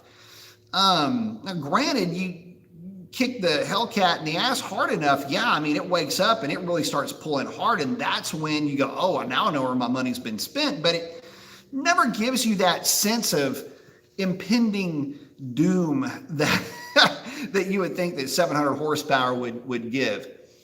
Let's see. Oh, Sovereign saying faster charging batteries are in development. It may use technology from supercapacitors. Yeah, there was a lot of, that's what I was talking about in the other chat was, I'm trying to figure out, because I'm going to be an early adopter of the EV stuff, and I'm trying to figure out how can I come up with a capacitor that I can run as a hard discharge into the motor itself and use that capacitor as nitrous for an electric motor. String 3 or 4 capacitors together and hit it with 1.21 gigawatts, man. Just hit a button, because I know you can do it. Charge up the capacitors and get ready, because we're going for a ride, bro. That's what I want to try to figure out. So anyway, I'll probably melt a few electric motors and fry a few speed controllers. But I mean, you wouldn't even have to have the speed control. That's the beauty of it. The way that I had it figured out, or I didn't have shit figured out, but the way that I was thinking about it was, okay, look, I could switch it to where when I hit at the button, takes the speed controller completely out of the equation, bypasses the speed controller somehow. I don't know if you have literally use a solenoid to remove, take the speed controller out of it completely and run the motor specifically off the capacitor, max amps, everything. Just hit the button and it goes ballistic. Why not, man? Let's see. HU37 saying, I'm surprised you don't see more hybrids. Actually, I'm not surprised at that. One of the biggest wastes of fuel is idling in rush hour traffic, and at red lights, you don't need large batteries to get a car moving. The big the big issue with hybrids is, number one, they're expensive and a bit complicated. The other side of it is that they're heavy, and most of them are, again, representing transitional technology. The right hybrid would be how the locomotives use gasoline or diesel or natural gas or alcohol or whatever fuel they run on. In essence, they use that engine to power a generator that runs the electric motors. That would be a much more efficient way to go about it in terms of being a hybrid. But, and the weird thing about hybrids is that it really is transitional technology, and a lot of people see it that way. And there's a lot of cool things that are done with the hybrid technology and there's other cool things coming, the electric motor right behind the engine that's used to start the engine, but that can be used. But again, we're talking about packaging now with batteries. You can't get as much battery capacity into these things. So they're always going to be limited in some capacity. They're limited by the gasoline engine in that they're overweight. So you have to have the electric motor just to drag the extra weight around. No performance gain, hard to see any real fuel economy gains out of them. But when they're done right, like with the supercar variants, they work out really well. But I don't know, a lot of folks are a little skittish with the cyborg cars, as some people will call them. So I don't know, you kind of see where I'm going with that. Moto X 58 Fury and Christine was alive, fast and reliable like some past girlfriends. Technically, she was a 58 Belvedere. The Furies were only available in white and gold. Fun fact, by the way, The engine that was in Christine was a 350 cubic inch Super Commando V8. It was the only engine that was offered with twin 4 barrels. So when the hood is popped open, the engine that you see with the twin 4 barrels is a Super Commando 350, and I believe it was rated at like 290 or 330 horsepower. Can't remember the horsepower rating on it.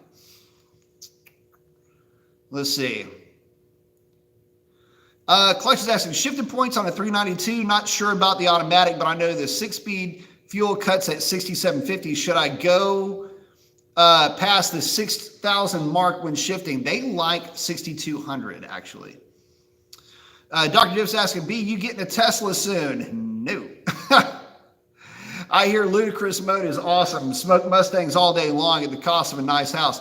The other downside to the cars, the way that they sit now, is that they're real strong through the 8th mile, and then after that they basically lay over. Again, that's more of a function of the fact that they just don't have a second gear to go into. Had they a second or even a third gear to go into, that would change dramatically. But of course, when you hit that second gear, that second load, and then the third load, that is going to put a huge amp draw on the speed controller. And what you would see is, if you're looking at an amp meter, when you map the throttle in one of those things, amp draw goes way up because the speed controller will throw as, depending on how advanced it is, but for the most part, it's going to try to give the motor every amp that it wants. And then amp requirements drop dramatically. But if you hit it with a secondary load, like from your point of view, you'd have high amp load, it drops. But if you hit it with a second gear, it'll spike that amp load. So it'll be like you just launched the car again. But again, that would absolutely annihilate the batteries because they're in full-on discharge at that point. And they can really only manage a full discharge for probably, I would say, a full load discharge for probably 5 or 7 seconds, depending on cooling capacities and things like that, before they would get real hot. So, I mean, you might be able to stretch that out to 9 or 10 seconds, but that is going to be all she wrote. And talk about needing a generator to charge it back up too. But yeah, they will get, and the motors would get super hot super quickly. So, anyway, let's see. Kyle's asking, have you gotten a ride in an electric race car? Just curious. Long live gas power. Haven't ridden in an electric race car. I've ridden in some electric cars, but no electric race cars. And actually, there's been all kinds of different electric race cars over the years. The one weird one was one that was run off of an electric ram. In other words, it was a basically a big hydraulic ram that forced fluid through basically a turbine, more or less. Anyway, that was one of the weirder ones that I saw. It's in a front, like an old front engine style dragster. Ken saying, with EV cars becoming more prevalent, what will prevent the utility companies from raising the rates of electricity? Toyota is investing in hydrogen fuel. Imagine a hydrogen powered V8. Actually, they've tried. The problem with hydrogen, and when I was a kid, I thought I didn't understand why cars didn't run on hydrogen, frankly. But the thing with hydrogen is this: people go, "Oh, well, the only byproduct is water." Well, that's true. When you oxygenate hydrogen, you create hydrogen dioxide, which is H2O, or hydrogen monoxide, I should say, which is H2O. The issue is that they are very high in NOx emissions also. But there's a lot of upside to nitrogen. It's got an extremely wide stoichiometric range. So there's that. But again, there are some packaging issues. Hydrogen, you need a lot of it to generate power. And quite honestly, it's just kind of a tough packaging thing. So, the oxide of hydrogen continues, but to be the one thing that a lot of hydrogen proponents will say that is the biggest benefit of running hydrogen is it doesn't pollute. It's like, yeah, but there are some other things that it does create, and that's kind of what they're looking at in terms of being a problem. So, and that's primarily because of the high temperatures and high pressure conditions that you're setting that stuff off in. But yeah, we'll see. Again, there's been a lot of folks that have tried to look into that, and they just moved away from it pretty quickly. So, and keep in mind, a lot of the, and by the way, hydrogen isn't as free to get as you think. Most of the hydrogen that you get is actually derived from methane gas. So anybody thinking that it's just a super clean fuel, it's really not. They're not hydrolyzing this out of seawater or something like that. And if they were, where do you think the electricity comes to make the fuel anyway? And it all circles back to that thing. So there's a second tier and a third tier efficiency that it simply you're going to start running up against. You know, you could have used that same electricity to charge a battery that's going to make an electric car go, as opposed to use that same electricity to power a electrolysis situation that you then have to extract and then pump hydrogen into a tank. It's a very inefficient collection process, even when you're breaking it down from methane. So, let's see. Hey, 6'2" Hemi Power. Why aren't these things, none of the super chats are popping up? Thank you very much for the contribution saying, hey, B, what are your thoughts on the Ripatune cog setup for the 2.4 and 2.7 IHI, reliability, longevity, etc.? I don't think you need it. I don't like cogs on the street at all. And I just wouldn't. It's something that you don't have a problem with belt slip. You don't need to go to a cog setup. I just don't like the stuff at all for the street. So there's that. And then, of course, anything having to do with the Ripatune pulleys, well, Doc Diff is on here, and he's data logged the Hellraiser, and the Ripatune wouldn't be any different in terms of just how freaked out the stock tune gets when it sees, a bunch of boost that it isn't expecting to see, but primarily a bunch of noise coming from the engine that it's not expecting to see. And that's when your knock sensors go absolutely crazy. They're already going nuts as it is. They really go nuts when you start throwing more boost at them, and then you start yanking like 6, 7, 8 degrees of timing out of it.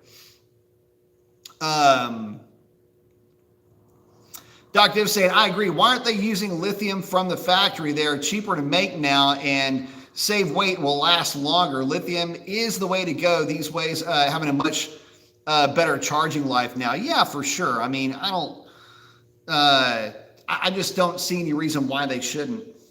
Doc is saying, yes, the Eagle Talon, all-wheel drive, turbo four-banger, I'd be all over it. Dude, I'd be all over it. Could you have imagined the SRT4 in all-wheel drive? Dude, that would have been your nasty Eagle Talon, man. That would have been sick to death. Oh, Brendan's saying you used to see some insanely fast Talons back in the day. Hell yeah, you did, man. Look, it wasn't uncommon to see 10-second Talons on the street, and the freaking messed up thing about the Talon was that it would go 10s on the street. Like, it used to be a 10-second car was like super fast. Like, that wasn't really a street car. But you would see them, creeping around on the street. But the Talon, but on the street, they wouldn't run 10s. It'd be like a high 11-second car, even on a tire. But the Talons would go freaking 10s on the street, which would scare the living hell out of you, especially if you had a 12-second car and one of those bad boys snuck up on you. Yeah, 4-cylinder, turbo, all-wheel drive, lightweight, dude. Yeah, believe me, they were nasty. Doc saying, I've been looking for a nice Talon or Eclipse for years now. Wishful thinking. They're hard to find. DSMs are very, very hard to find. Summer Night saying the 12-volt lead acid batteries have six 2-volt plates with a liquid electrolyte. With the electrolyte soaked glass mat. The Lifey batteries use 3.2-volt cells and pack a greater punch. That is true. And they have a much higher discharge rate also. Doctor is saying, one thing I know is B. Mason is not a dumbass and knows his shit. He tells you something, take it to the bank for sure. I try, man. Got a little bit of experience with some of this stuff. Some things I don't get right. Like that freaking I'm still trying to figure out. Anyway. Anyway, get back to it. Frostbite saying, I love taking Hellcats to Gabblebees. They just don't 60-foot well, and most people don't spend money where they should, like on suspension and tires. I don't know. I'm cutting 147s with mine, 149s, and it's stocked with a gear. So what's funny is that I typically will make folks gun me down. In fact, my car to the 330 is pretty sick, and so are Red Eyes, but really, as the race gets longer, the advantage goes away and away and away from the Hellcat, and that's where you're going to start getting gunned down. But again, you've only got so much real estate to cover, and man, where Hellcats put in their best work is on the quarter mile. But I mean, the funny thing with my car, I'll give you an example. My car at about, realistically, because got to remember it's stock boost, but my car realistically will lay over at about 141 miles an hour.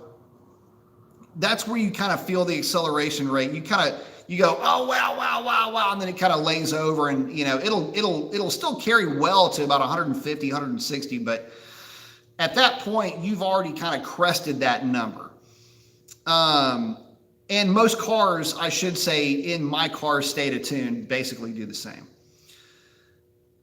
But you've got other cars that just do so much better on the big end. Obviously, I'm talking about the Mustang, some of the LS stuff, where you start really turning the power up, turbos, the heads flow really well, things that you can rev high, cars that have the ability to rev out on the big end just can make significantly more horsepower. But again, it's a driving experience more than anything else. And, the cars that rev out and are technically faster on the big end don't garner how do you put it? They're just not as endearing as something like the Hellcat is. One of the reasons why I feel like the Hellcat, and the market dictates this, the Hellcats retain their value extremely well because of how they drive.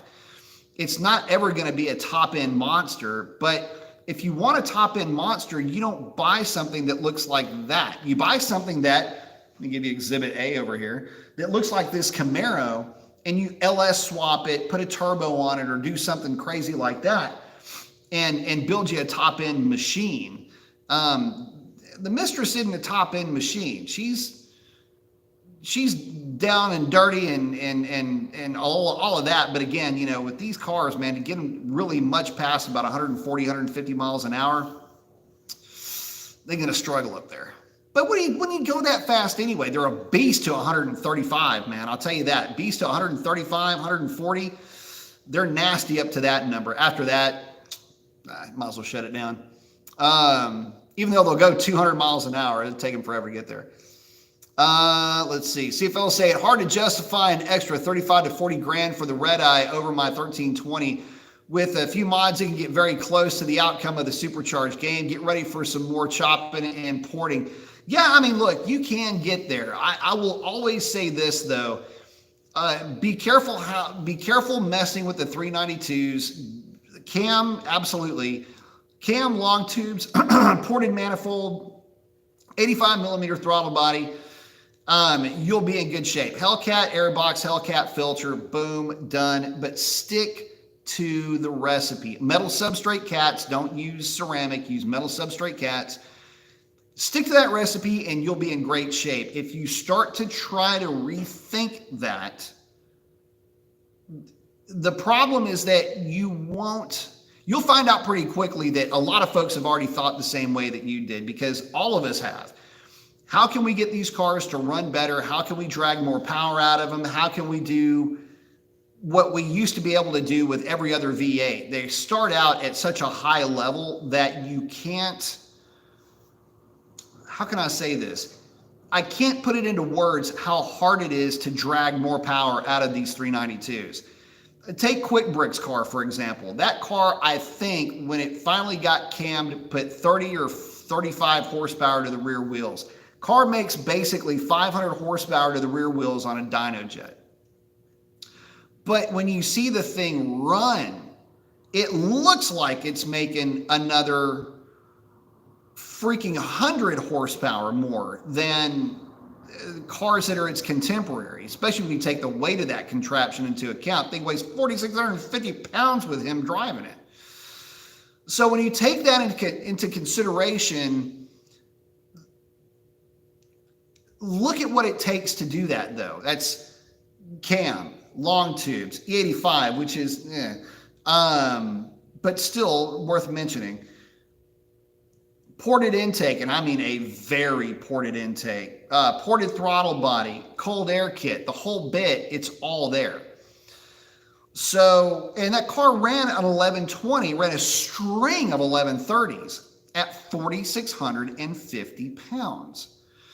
So it can be done. You can get it close to Hellcat numbers. But I can tell you, don't sit on, my main thing with 392 stuff, don't sit on dyno numbers. Take it to the drag strip, line it up against one of your buddies with one of these modern cams, like Doc Diff will be able to provide you with. Those are cams that I know work, and I would say you can go with those with confidence. Kurt's asking, B, what is the best wheel bearing grease? I like Mobile One. Yeah, go with the Mobile One high pressure, high impact. It's the red stuff. Let's see. Sovereign saying that's an awesome idea. Would like an EV turbo boost, dumping full static charge into a motor. Hell yeah. Thing is, I don't know if the motor can take it. Only one way to find out, baby. Is it bitch made or is it man shit? Man, that's what we're talking about. Hit the button and we find out together. Yeah, that's how we do it. And Sovereign saying, I mean, have you ever seen what happens when you short a capacitor with a screwdriver? It melts the chunk out of it. Yeah, it does. I mean, we ain't here messing around.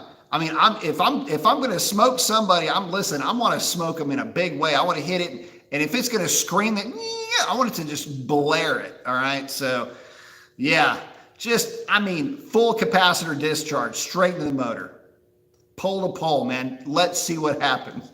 Thing will probably explode. Basically, probably turn into about a 500 horsepower arc welder. Sovereign saying, I've seen a video on pneumatic air vehicles. Not sure how practical it can be for people movers. Nah, it's not very. They played around with it as an engineering experiment. Let's see. Doc Div's talking about the hydrogen generators to feed into the air intake for fuel mileage. Cavalier 2.2 was getting 32 until the plates burned up. It was a fun experiment, but just that, yeah, they're fun. They're fun to play with. Doc Div saying turn into a pain in the ass fixing the plates every 2 days. Yeah, that sucks. Slash saying your D5 wheels are your new front runners or rears? Both. Doc Div saying not worth it when you factor in the cost of all the material used to make the H2O. Oh man. Ken, thank you very much. I appreciate it. I don't know, guys, I'm sorry for y'all that have put up the super chats. I'm not getting notified of them. I apologize. Asking, are you using the pedal commander to help with your 60-foot times? No, but I am. I do have my driver command torque adjusted in the tune, which is kind of the same thing as a pedal commander.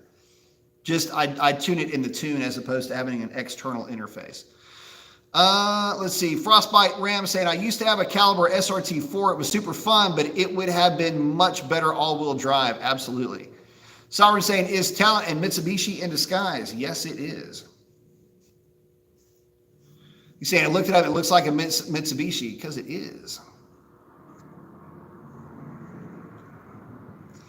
And with that, I got to take a break for a minute. Y'all talk amongst yourselves. I'll be right back before I float out of here. Hang on a second.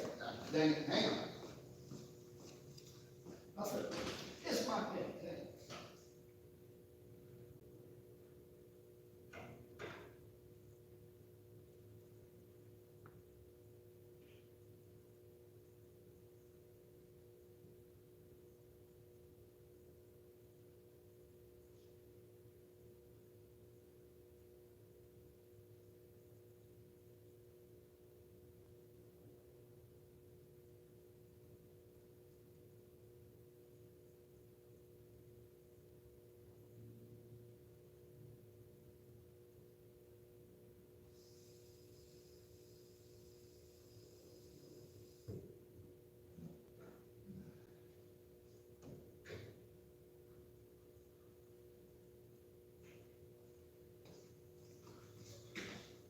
helpless didn't make it.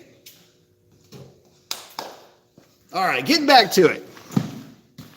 All right, let's see.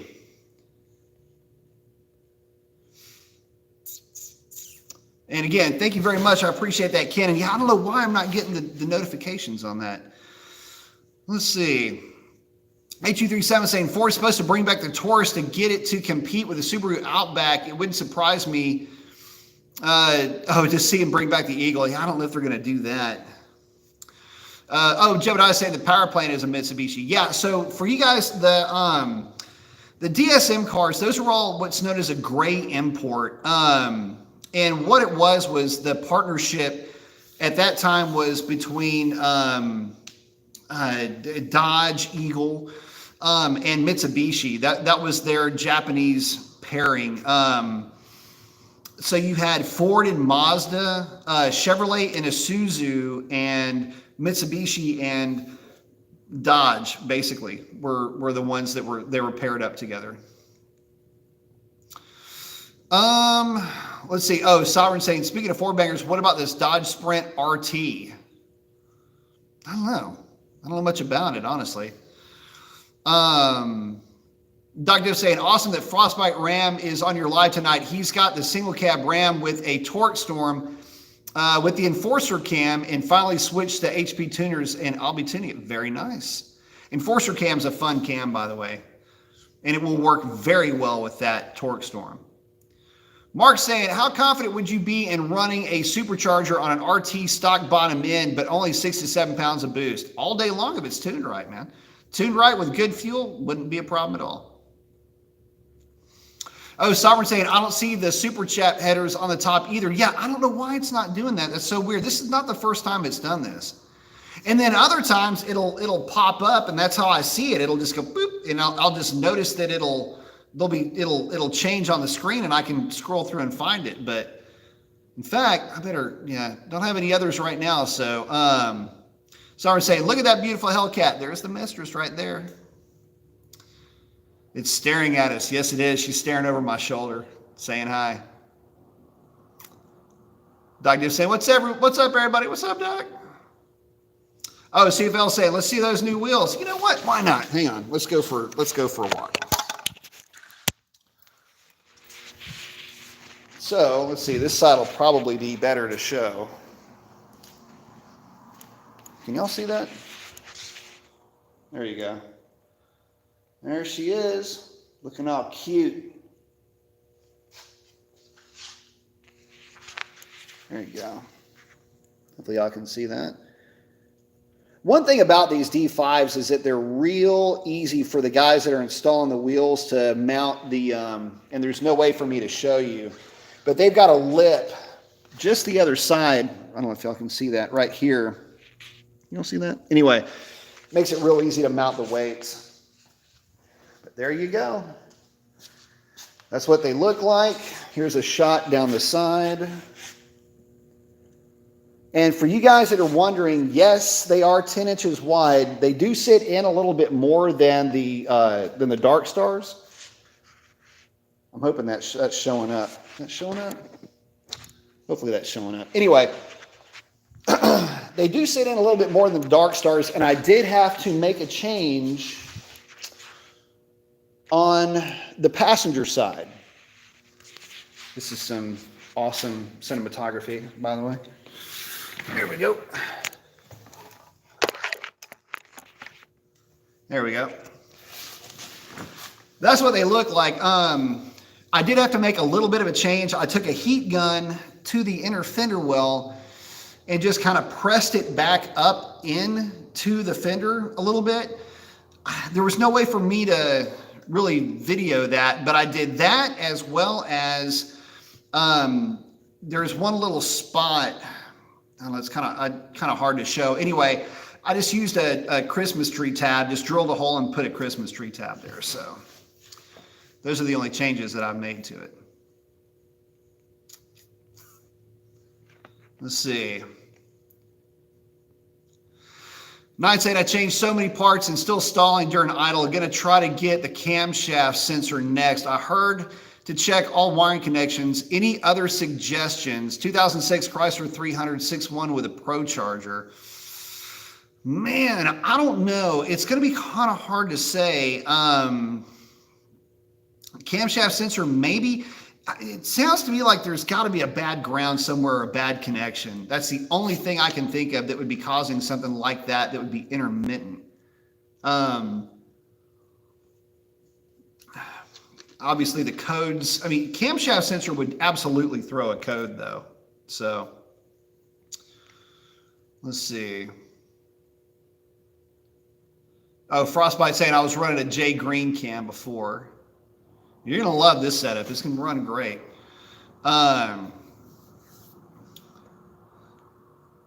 Someone's saying, nice new shoes. Thank you very much. Dr. saying, yes, sir. Love my 4-star D5s, and they are light, too. So, yeah, I'll get into the, like, I want to kind of do a standalone video, but for now, I can tell you that when I weighed everything, the D5s were, I mean, it was like almost exactly 1 pound lighter for the wheel and tire combination, front and rear. So a total of like 4 pounds in weight savings. That didn't really mean much, but anyway, the Dark Stars are probably one of my favorite in terms of how they look. I love the look of the Dark Stars, but I needed something that was going to be a little bit easier for me to take on or put on and take off. And with,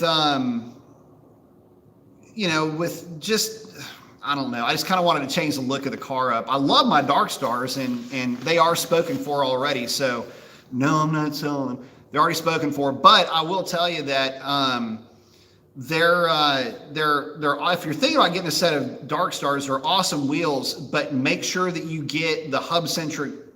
Well, no matter what wheels, no matter what drag pack you get, you're going to have to get hub centric rings, but just make sure you get the hub centric rings. And I apologize, I don't have the size right in front of me, but you need hub centric rings. Even if you have conical lugs, I still suggest running hub centric rings. But for the Dark Stars, you absolutely have to, because there's no way for the wheel to really center itself on the hub unless you can sit it on that ring. So, see fellas saying nice, saying fine set of wheels, sir. Thank you very much. Ken's asking, am I using TPMS? Good question. No, I am not. I'm not running them. Slash is asking how much lighter are the front runners than the Dark Stars. Again, they're about a pound, which surprised me a little bit, but they are about a pound lighter. And now, granted, I am using close-end. Well, let me show you. Actually, I'll show you what I'm using as far as lug nuts.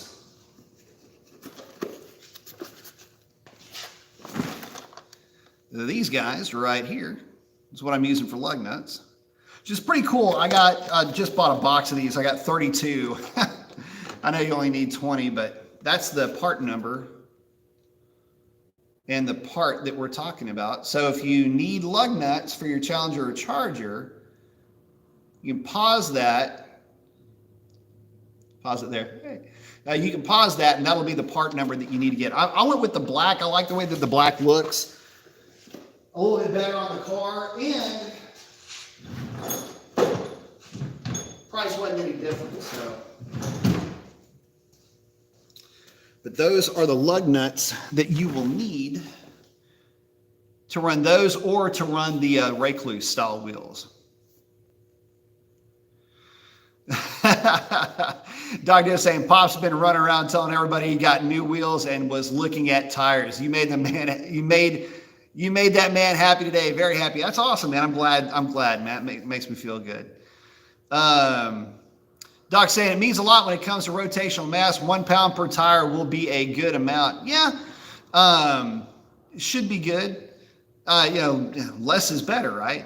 Sarah's saying those are some long ones. Actually, the funny thing is, if you look at how they sit in the wheel, I mean, they sit flush. They look good. That's actually the ones that you know what? It's funny you mentioned that too. I thought the same thing. I was like, crap. Those are the long ones. Go ahead. We'll go with them. But they ended up sitting really flush. They look great. So I'm all right with that. Well, man, we lost track of time. Guys, it is coming up on 2 hours and 15 minutes. I've been yammering on over here. So I'm going to go ahead and pull the ripcord. I got to get out of here. But I want to thank each and every one of you guys for hanging out with me. I really do appreciate it. Love each and every one of y'all. Could not do this without you. And with that, I'm out. If you're going to send it, don't bend it. Keep your shiny side up. Keep wearing your mask, if not for yourself, then for others. Can't wait to see you on the next one. And with that, I am out. Y'all have a great one. That's a wrap. Adios.